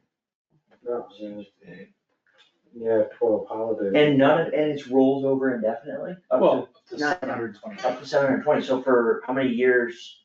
It Well, would if take it's 5 15 years. days. That would take you 9 years, right? If If you didn't take any 15, if you didn't take any sick days, 15 days into 90 is 6 years. You can accumulate 18 weeks of sick time. That's pretty good. Pretty good, so. I mean, I could, yeah. I could, I was Oh, working and on you almost a year of sick time. You need them. Yeah, because they had How no, many did you accrue per year? same thing, 15. Okay, alright. We did it. I wonder if part of the reason it was 15 is because our vacation time was the absolute worst. Yeah. Yeah, but you got the holidays, it's really good. The holidays are good. Vacation time was actually worse than, Sad. was Yeah. were horrible. And then sick time was way up here. So maybe a lot of people say, I'm not taking vacation, but I'm sick. Or maybe they got sick. 'cause I wish we had just met somewhere in the middle, where our vacation time was competitive and our sick time was competitive Yeah, fine. and not. I gotta tell you, at Hotchkiss, like, which is 6 days at school, right? Like, you only got 1 day, so you. Do they do Saturday half days? They did Saturday half days, but there were games, like, like, most of the kids were in it. Can I just tell you how many kids were, say, students and faculty, by the time you hit a break, like 85% of the campus was sick, like, every time. And sometimes, every now and then, the headmaster would be like, I see this is coming, something would ping, and he'd be like, I'm calling a holiday day. He would cancel everything, and yeah, and miraculous, if he did it at the right moment, the number of people who were sick by the time we got to break was like drastically less. That 1 day off was enough to like break the cycle. Interesting, I don't know, right? very interesting. Is there anything else now? I know we wanna really work on the personnel policies. Is there anything else that we should really address, Karen?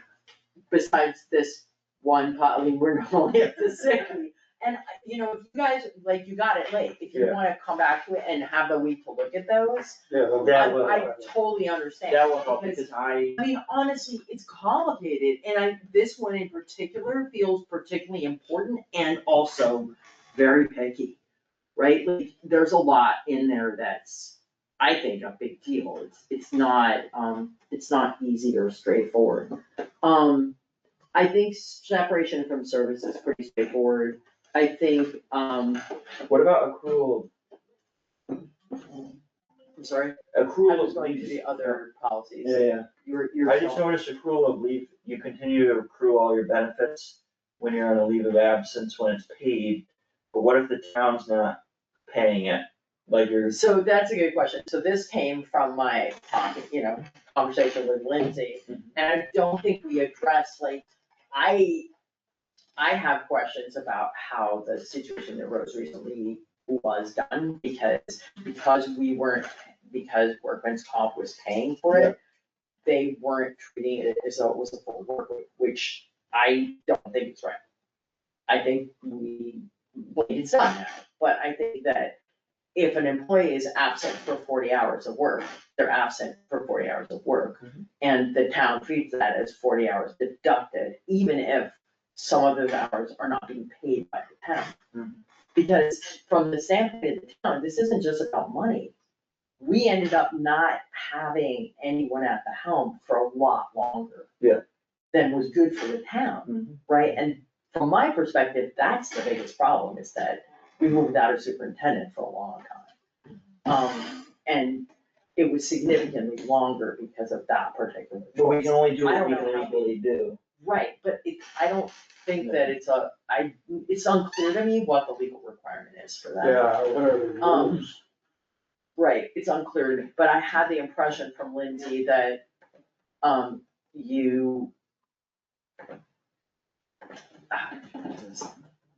they continue to accrue for their paid leave. So this is not really that, they continue to accrue for their paid leave, but not for, so if you're taking family medical leave act, that's Yeah. unpaid, you don't accrue during that. But the second question is, what rate counts towards it, right? So we were only deducting hours of sick leave in accordance with the proportion that we were paying. It's unclear to me, and I think that might even be a Donna question. Yeah, I think it's a legal question. So should it be Roger or I that talks to legal counsel? Yeah. No, which one? You tell us, because he needs to work on the Okay, the minutes, DPW in the minutes. okay, Yeah, you can. okay, I will call. You can explain it better, because it took me a little while for it to click into my head talking to you, what you're meaning. Yeah, okay. Okay. I think you might be able to explain it better. But we're giving up on We're vacation, not giving up, paid time. we're postponing the next meeting. So David Myers submitted a potential disclosure of conflict of interest, even though he's not required to. You got a chance to look at it, Frank? Yeah, I looked at it, I agree with David, I think it should be shared with the, Concom, I mean, I feel sorry for him, you know. Yeah. Well, I think when I talk, I mean, my opinion on it is pretty simple. There's that conflict of interest law is about a financial interest you have in the matter. David has no financial interest in the matter. Susan has no financial interest in the matter. Any abstract financial interest that they have in the matter is shared by all Monterey residents. And we live on the lake, so Yeah. no. Well, there's not, yeah, but Not the really. other part is not on, he doesn't live on the lake, so there wasn't anything there. So, and then there are Concom members, or at least Concom member, that live on the lake. Yeah. And that's their own thing, and I know that they've submitted a disclosure of conflict, Right. potential conflict of interest for that. This has always been a controversial thing lately, the last few years at least. Actually, I know that the drawdown was controversial decades ago. But I don't see how David has any conflict of interest. I think it's far from being a conflict of interest. It's just sad that he even had to write the letter. Yeah. Because I didn't think they treated him well at the beginning of the meeting at all. Well, You weren't I wasn't there, but I heard about it, and I thought it was, first of all, it wasn't on the agenda. Okay? The discussion Oh, was, but he wasn't on the. He wasn't on the agenda, and she made it a point to talk to him, ask him to abstain from voting. who did? No, She was. it's on the recording. She was totally an open law meeting, or that whole thing, she was totally in violation. Well, there's a, Yeah, I mean, Well, I know she was irritated, because the only Why time did she you talked. ask me to abstain? Cause I didn't hear that part. Well, no, Because she felt but that- she called me before the meeting. Yeah. And said, well, what, I was like, David, well, you know, she implied a conflict. I said, David is a scientist. He knows what he's getting into because he did the bylaws. He knows what Susan does. He's a very competent guy. Well, you guys didn't follow procedure. Yeah, I know we didn't. But I told her. well, That's not- Because we're sick and tired of the way that they were treating us, And really, we do that as a courtesy to them, and we weren't being shown courtesies, let alone just the bare minimum. So I told Noel straight up that I know that we didn't follow procedure and it was on purpose. Yeah, but it's not a written procedure. But I was just gonna say, what the procedure we have followed in the last couple of years is by courtesy. We are the appointing authority, we have been. We were doing it because we wanted their feedback, but we're not required to do It it. also works when people have no clue what they're getting into. So we've had people go to a meeting and then be like, oh, wait, I don't wanna do that. But they, Or, But I you know, know, so that's the yeah. point, right? So if it was someone else, or if we appointed frankly a crony, it's not a. Right. if we appointed a crony or a political hack who just, the sole purpose was to vote yes on the drawdown, that would even be a different story. But we all know that he was not gonna do that. So even then, what we could legally do is appoint some kind of a political hack. But we're not, we don't do that. It was a good appointment. It was one of the best conservation commission appointments we've ever made. And I've made a lot in 4.5 years I of the know, board, we lose a lot. probably like 15. But you know, And we David went through handled it very well. Twice, we've been down to 1 or 0 commissioners on the board. It was two entirely separate. Yeah, it's like Chris Blair did the whole committee. So, Resigned. do I have some regrets about the way it all went down? Yes. Do I still stand by the way that we did it? Yes, under the circumstances that we were I under. would agree. I looked at it, The way the meeting was run makes me have concerns about their process. I think I may wanna go see some how Concom meetings are run elsewhere. For instance, I think for me, I'll call it a quasi judicial board or commission, sort of like the ZBA is, because you have a hearing process and you're making a legally binding decision, right? The order of conditions is a legal requirement. So much like the ZBA, which is granting a special permit with conditions or not granting the special permit, when we have an applicant, that applicant is allowed to completely present their case. Mhm. They are not limited to 3 minutes. I know, that, and honestly, then the 3 minutes was put against board members, which was bizarre. Yeah, but the whole thing about transparency with it not being on Zoom, when a large percentage of the owners on the lake that are impacted are not second homes. So there's, their notes, their minutes aren't always out.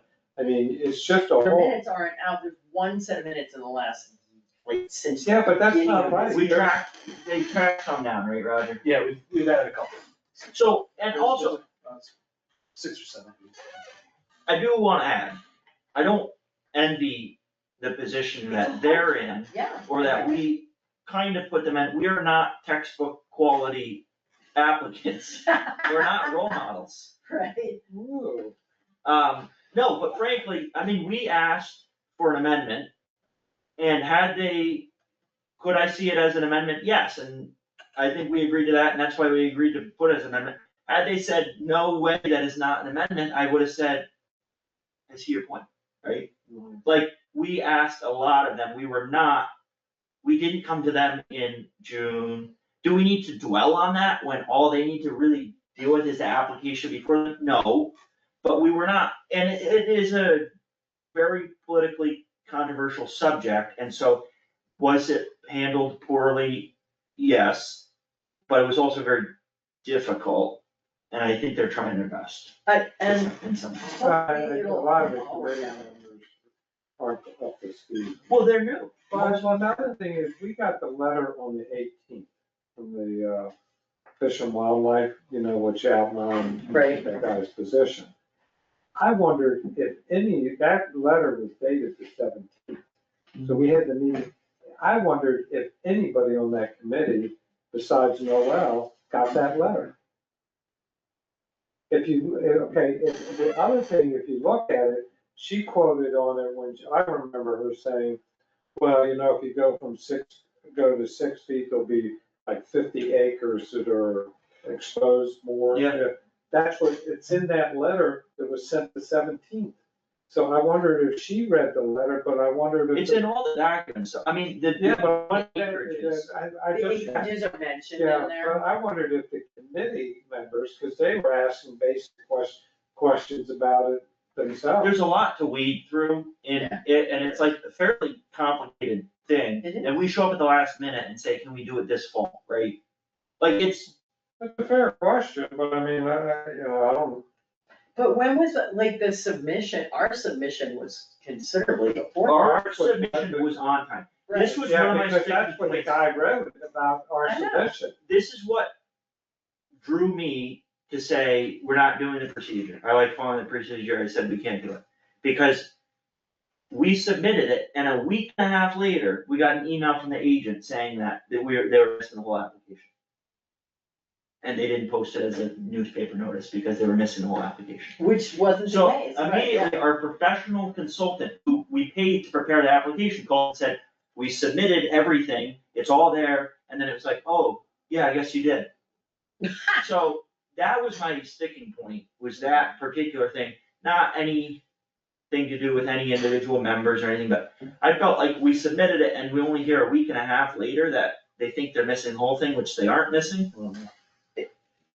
And, Yeah, but I and I don't mean, know. I will grant that it's possible that, I just am concerned that the chair, is taken on doing a lot of the job and maybe is loath to delegate. And perhaps that would be a wise thing to do if the agent has too big a load to handle. We're told the agent's underfunded and under-houred, and, we have upped the hours since we've been on the board, but, I mean, that's the other part, look, this is a group of volunteers, Right, and then we have an agent that's transitioning. We've right. had, since I've been on the board in 4.5 years, probably about 5 to 6 agents. So it's hard to find good people, and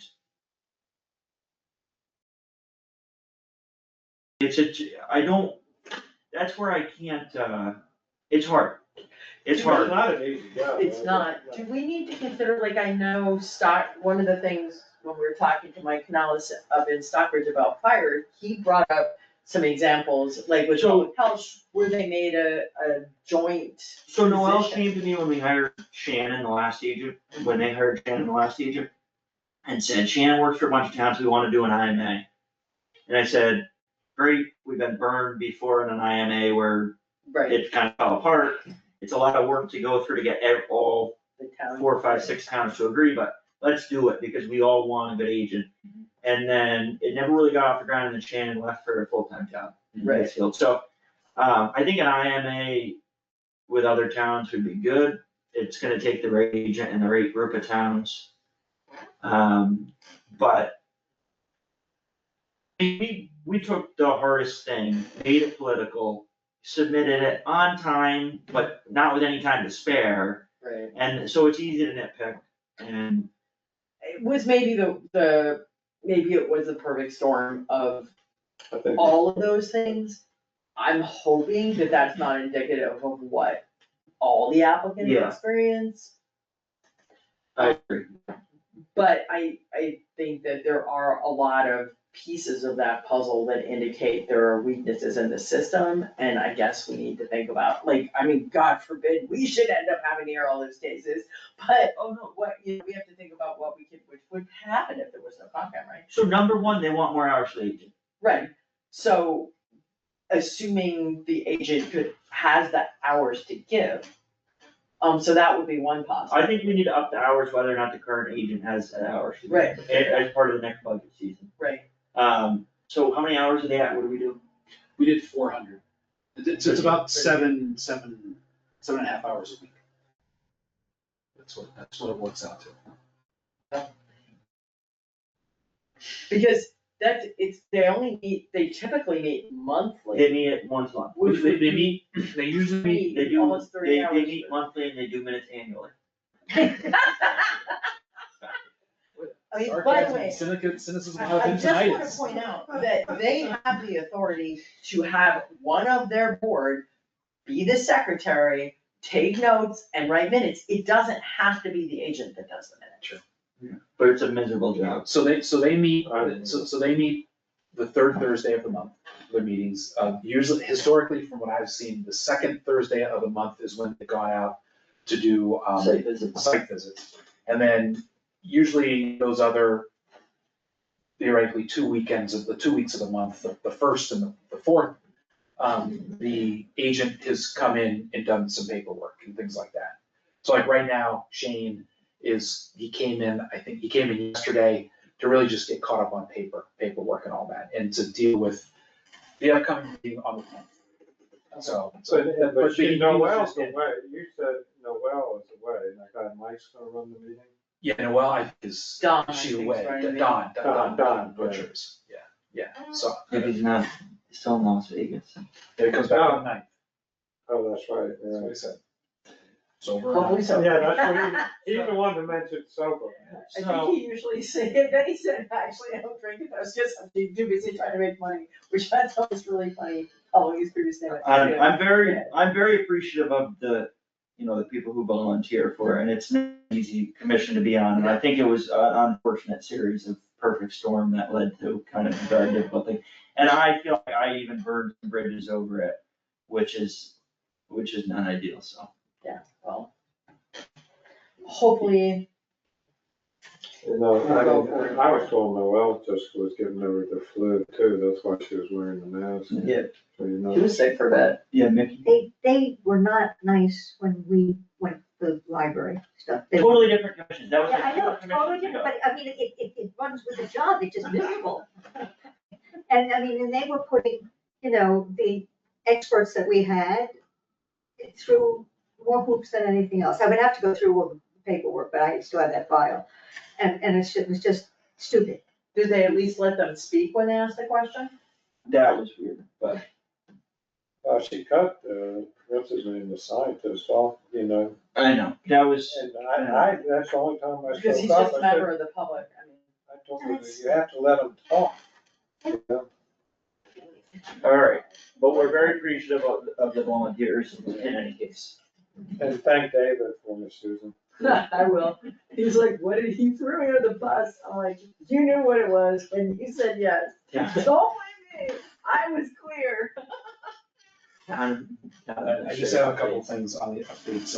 I was talking to Mike Jermaine yesterday, and Dash started, so they're out in the lake right now. I think they started Tuesday, they may have started today, actually. And for all of you, the Bidwell House weekend is this weekend, so it's going up there. Exciting. So, get your tickets, it's, you gotta get $50 or something like that, so it costs to get in. So well, I didn't. That's cool. You selling tickets? No. So, my days of selling candy and cookies for the band went a long time ago. So this, One signature? it shows 2 lines, so I don't know, up at the top, you guys could squeeze all your names in there if you wanted to. So this is the Sandusfield Road Culvert contract. They will not schedule it until they see that it's been signed. So, we'll get that taken care of. Are we signing all the copies? Yes, all the copies. All 3 of us.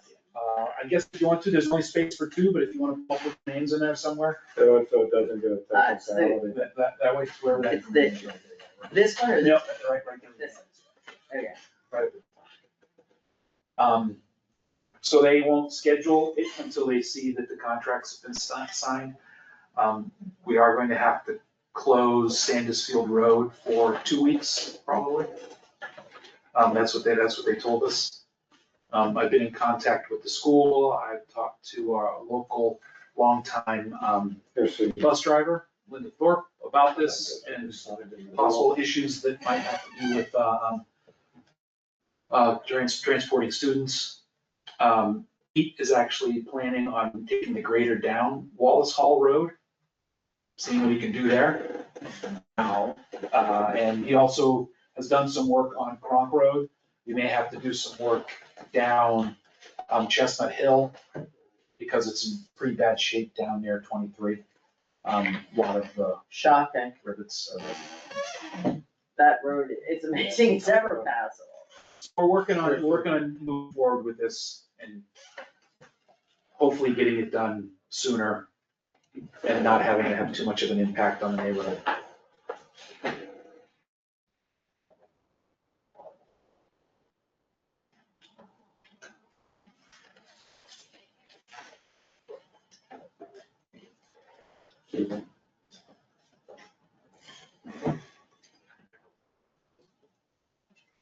Justin, you've definitely developed a stylistic signature, I'm gonna say. Mine's definitely devolved over the years.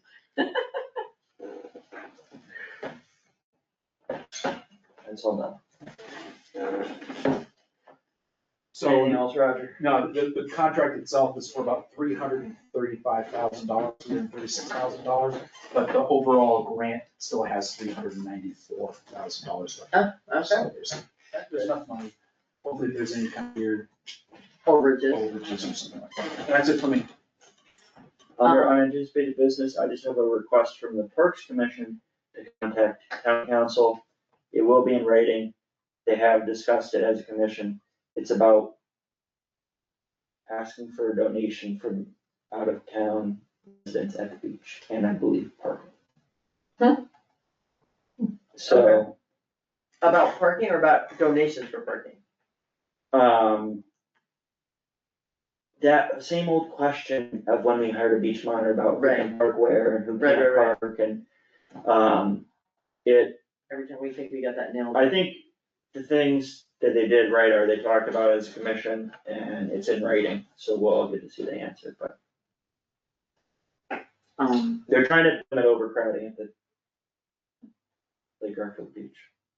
Right. I'm okay with it. Yeah, okay, I just wanted to run it by you. So I do have an item Yeah. about because of this Southern Berkshire EMS meeting. So it was of meetings I have had to attend in the last 3 years, this was one of the more interesting meetings. There was a lot of meat to this meeting. I would urge you to look at the two maps that are in the Yeah, thing I I sent saw you. that. It's not something we have to, they're not that easy to necessarily understand, but once you spend a few minutes, the one I think is most critical is the service delivery time map, which is the second map, which basically shows how the little yellow line shows where the ambulance can get to a call within the desired time of 8 minutes. And suffice it to say, Monterey, that would be 0% of Monterey. Well, you bring it up, I just did, January through, I got from Kevin, January through August numbers, they made 52. This year. Yeah, they made 52 runs out here, they made every run that was required out here, according to Kevin, didn't miss it. It was either, and I'll send the data, I'm not sure what that means that was required he went to the dispatch office. to see who else was dispatched. Yeah, and he was told, he, Okay, so, and I can't remember, it was 12, I'll send the information out, it was 12 or 13 minutes. right. But So it's outside kind of, the 8-minute window. yeah, but. It's good, it's a good response time. Yeah, it's given how far they're equivalent to what they did last year. Right. Okay. I would like for us to double check cause our people would know whether other ambulances answered, so given, by the way, the Becca Meekins, who's the person from Collins Center, one of the things she opened with by saying was that they had a very difficult time getting data from dispatch. Now, it was 2024 data, I don't remember what the date was when the state 24 took over, pardon? Yeah, It was, yeah, they did it it. was in calendar year Florida. FY 2024 Yeah. was the data they used.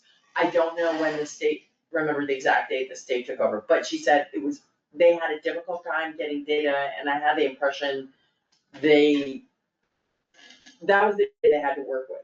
But sometimes you have data and you're like, I don't know how solid this data is. I'm just working on impression. They had difficulty getting the data.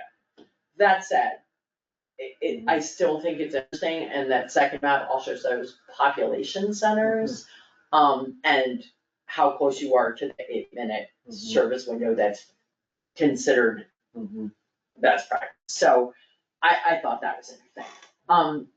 But two things require action from us.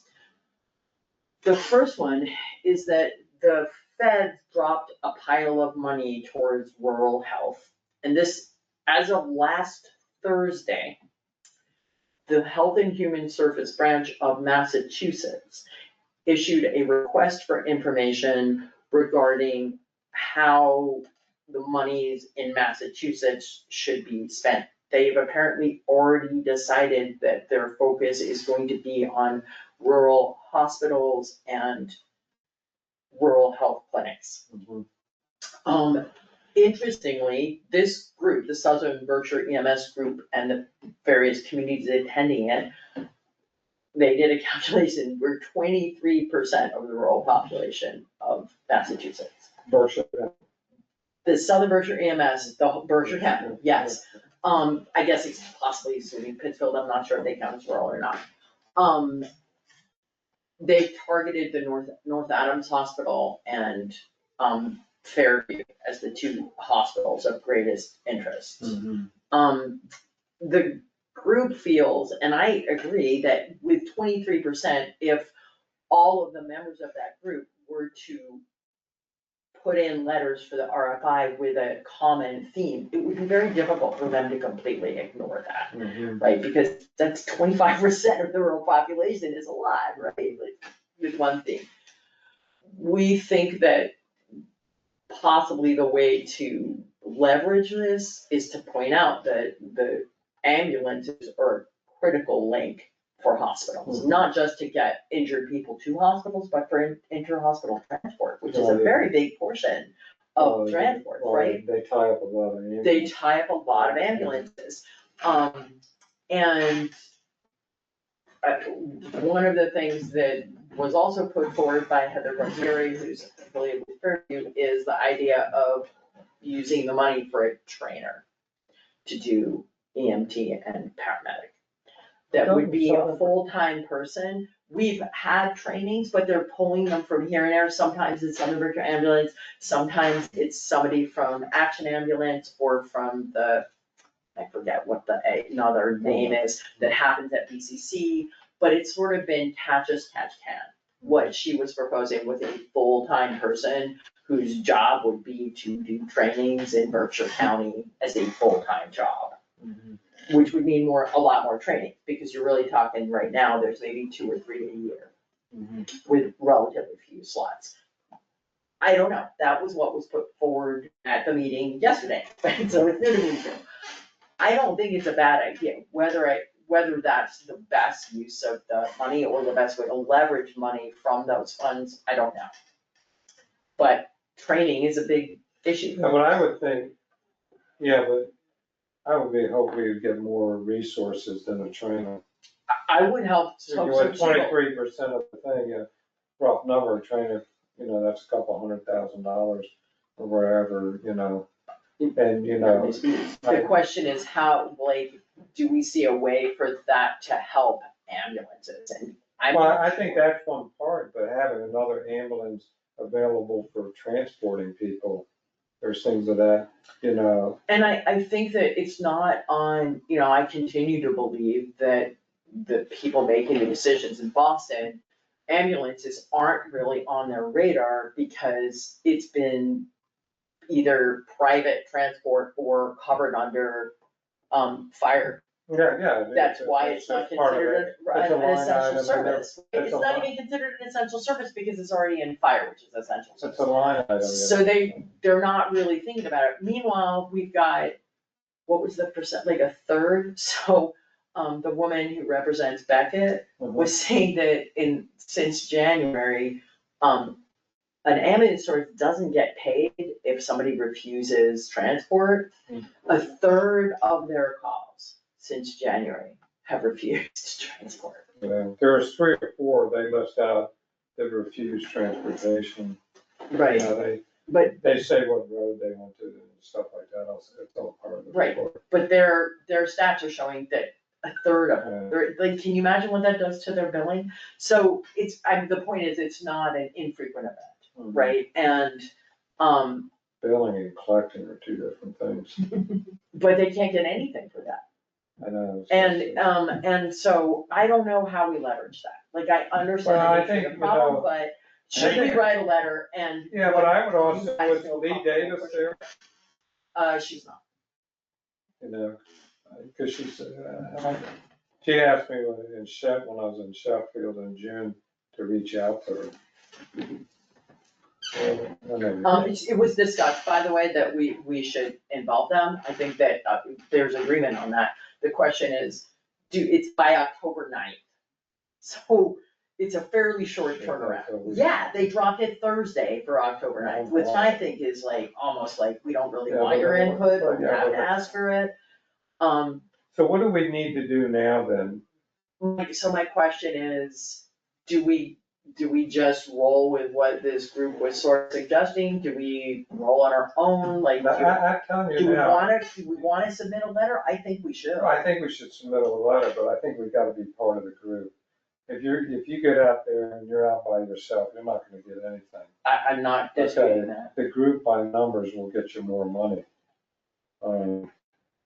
And it wasn't, I don't think there was a clear consensus. Because of if it is what one of those the things you need to spend the money by now, they want you to spend it immediately, There was nothing about that. Because I mean, It's- even if you wanted additional ambulance, it's a 2 or 3 year wait. I mean, my impression, I have to go read the RFI itself, right, Yeah. and the associated documents. Does that mean I haven't done that yet? Now, I But- looked at the document, it was 32 pages, I was like, I'm not printing that out. Oh, the document that came, that I sent you? Yeah, Right, that's not even the document they're talking oh, right. about.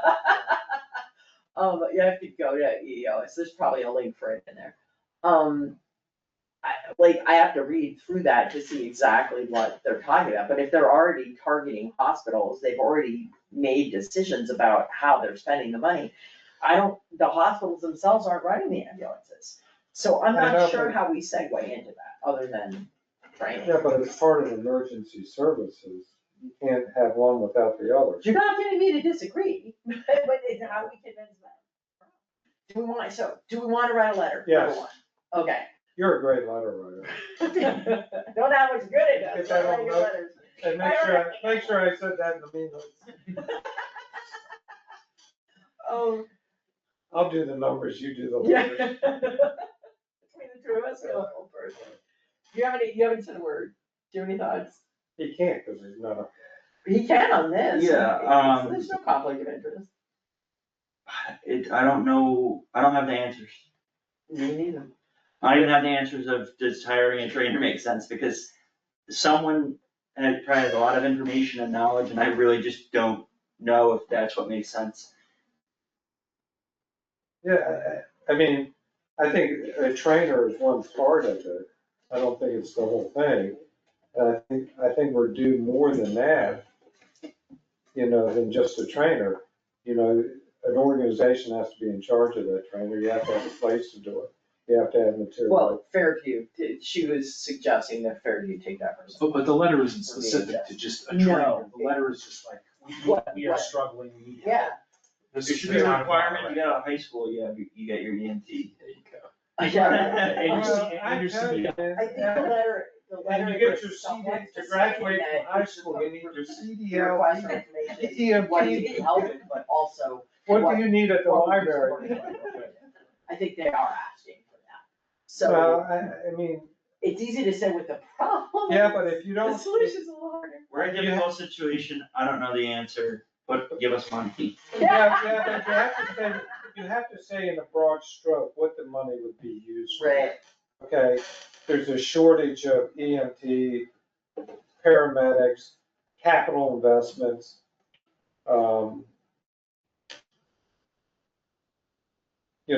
And I tell you what we really need is a new dispatch computer system for, the emergency room. Yeah, everybody, I talked to Lee Davis, she knows it's on its last leg. Talk to Sean and Chris, they'll tell you the same thing. I mean, for the ambulance service to run, sometimes, if it's right there at the border of Monterey and Great Barrington, is Great Barrington closer? Which ambulance service is closest, when Modern dispatch, we know that the dispatch you, is. so, you could list it out there, it's a wish list, but if you, it indicates that you're thinking about what your needs are. So you need capital investments for a dispatch system, ambulance for transporting, you know. I can certainly make the case for why ambulances are a critical piece of the rural health need, particularly Well, since they're not Well, Yeah, tell you why, essential service. because honestly, if you have a real problem in this area, You just die. you go to, Yeah, you go to Bay State. right. Yeah, but Sean will tell you that one Sunday they were short on ambulance up here. There's been two. But we can get to like really, I think from what I understand, Bay State is a really amazing Good, hospital. for heart. So- Access to that kind of hospital, we're not in a rural part of America where it might take you 4 hours to get, or maybe in your state, there is no hospital like Bay State. Right, So a level one trauma. we have a wonderful hospital that's not that far away, all things considered. The ambulances are more of the But getting there is an issue. getting to the Yeah, hospital. but, well, it's getting there, it's availability of Well, ambulance, plus which sometimes you can't we can- have just one hospital. At the end of the day, they can't service everybody. Yeah. Right? I mean, Yeah, Fairview's doing renovation, right? Yeah, they're adding a big addition. Right, yeah, they're supposed to go to, robot, surgery. and I mean, I think it's great that they're gonna be putting money into it. It's just a question of what we ask for. So I will reach out to Becca to see if maybe I missed something in what the agreement of the group was. Everybody was enthusiastic about participating. It was less clear what the call was, because we were Ask for running out of time. everything and hope for the best. Yeah, but the problem is we ask for everything we usually. Yeah, but I mean, you can, if you I- say. Anything else before we adjourn? The last item on this list from yesterday is that there's a public survey regarding ambulance services. It's in the That- sheet there, yeah. It's in there, Yeah. but our role is that we need to get it out through our various, like, post it on our website, put it on the Google group, yada, yada. The Posted same in thing the as we done with all library. the surveys, pardon? Posted in the library. Yeah, put it up in the library, I can, like, have a whole list of places I can, but there's like a pamphlet and there's a QR code. And I'm happy to be the one that goes around putting the Oh, my pamphlets out, but we gotta print them. Yeah, so, yeah, but I just wanted you guys to know that that's upcoming and that are we agreeing to do that? Yeah, we have to do that. So I can do the thing to get it on the Google group and the other stuff, but I just wanted to let you guys know that that's happening. Sorry, they happened yesterday, so it's not like I knew that that was gonna happen, maybe it should have. Good news, I think. Yeah. Mickey? And as a matter of getting things out, if you had some sort of wording like that, you could put it on the new bulletin board in the library. I was Library thinking the lobby, library, the post office, the Yeah, I mean, transfer because it's- station, Roadside. roadside, yeah, all those places, And the same with your meeting on the 25th. You put a poster up and put it up there, it'll show people looking at A it. lot of people see those bulletin boards, for sure. And we're trying to keep it neat so you can actually read things on it, so it's a bigger. Thank you. I enjoyed that bulletin board, actually. That's all I got, I'm sorry, I know No, it's long, but. no, well, we're off last week, so always know when to come back, get overtime. It doesn't have to be that way. What, is it endless list of stuff? No, that 2 hour plus meetings. We managed to get out in less time, we do have 2 sets of minutes, right? My only concern with the minutes is just, I think that we had some documents at, I'll put some together. I actually had a bunch of changes, cause I'm a pain in the tail. should we do it next week? Yeah, let's do it next week. Okay, I think we can do the 808 ones. You wanna at least get one off there? The 808 ones are really short. I'd love to take them all. I know, right? The short ones are good. Good night. I was supposed to do some and I'll have the 11th. life after. Let's do it next week, All of yeah. them? Okay. Okay, I left it what I had. alright. I make a motion. Comments and questions from the public? She already gave I really just wanted to know how he made out at Concom, and I got the Oh, answer. there you go. That was gonna be my question if you didn't say anything. Now we have another meeting on the 10th. You can represent, I can't be here, so you can have my seat. I think I have something going on there, don't I? Good night. If I don't, I'm going to. No, anyway. All right, motion to adjourn. A second. We'll call a vote. Yes. Yes, meeting adjourned at 8:10 PM. By unanimous vote. Oh, I'm just gonna go ahead and send you guys my comments on the two,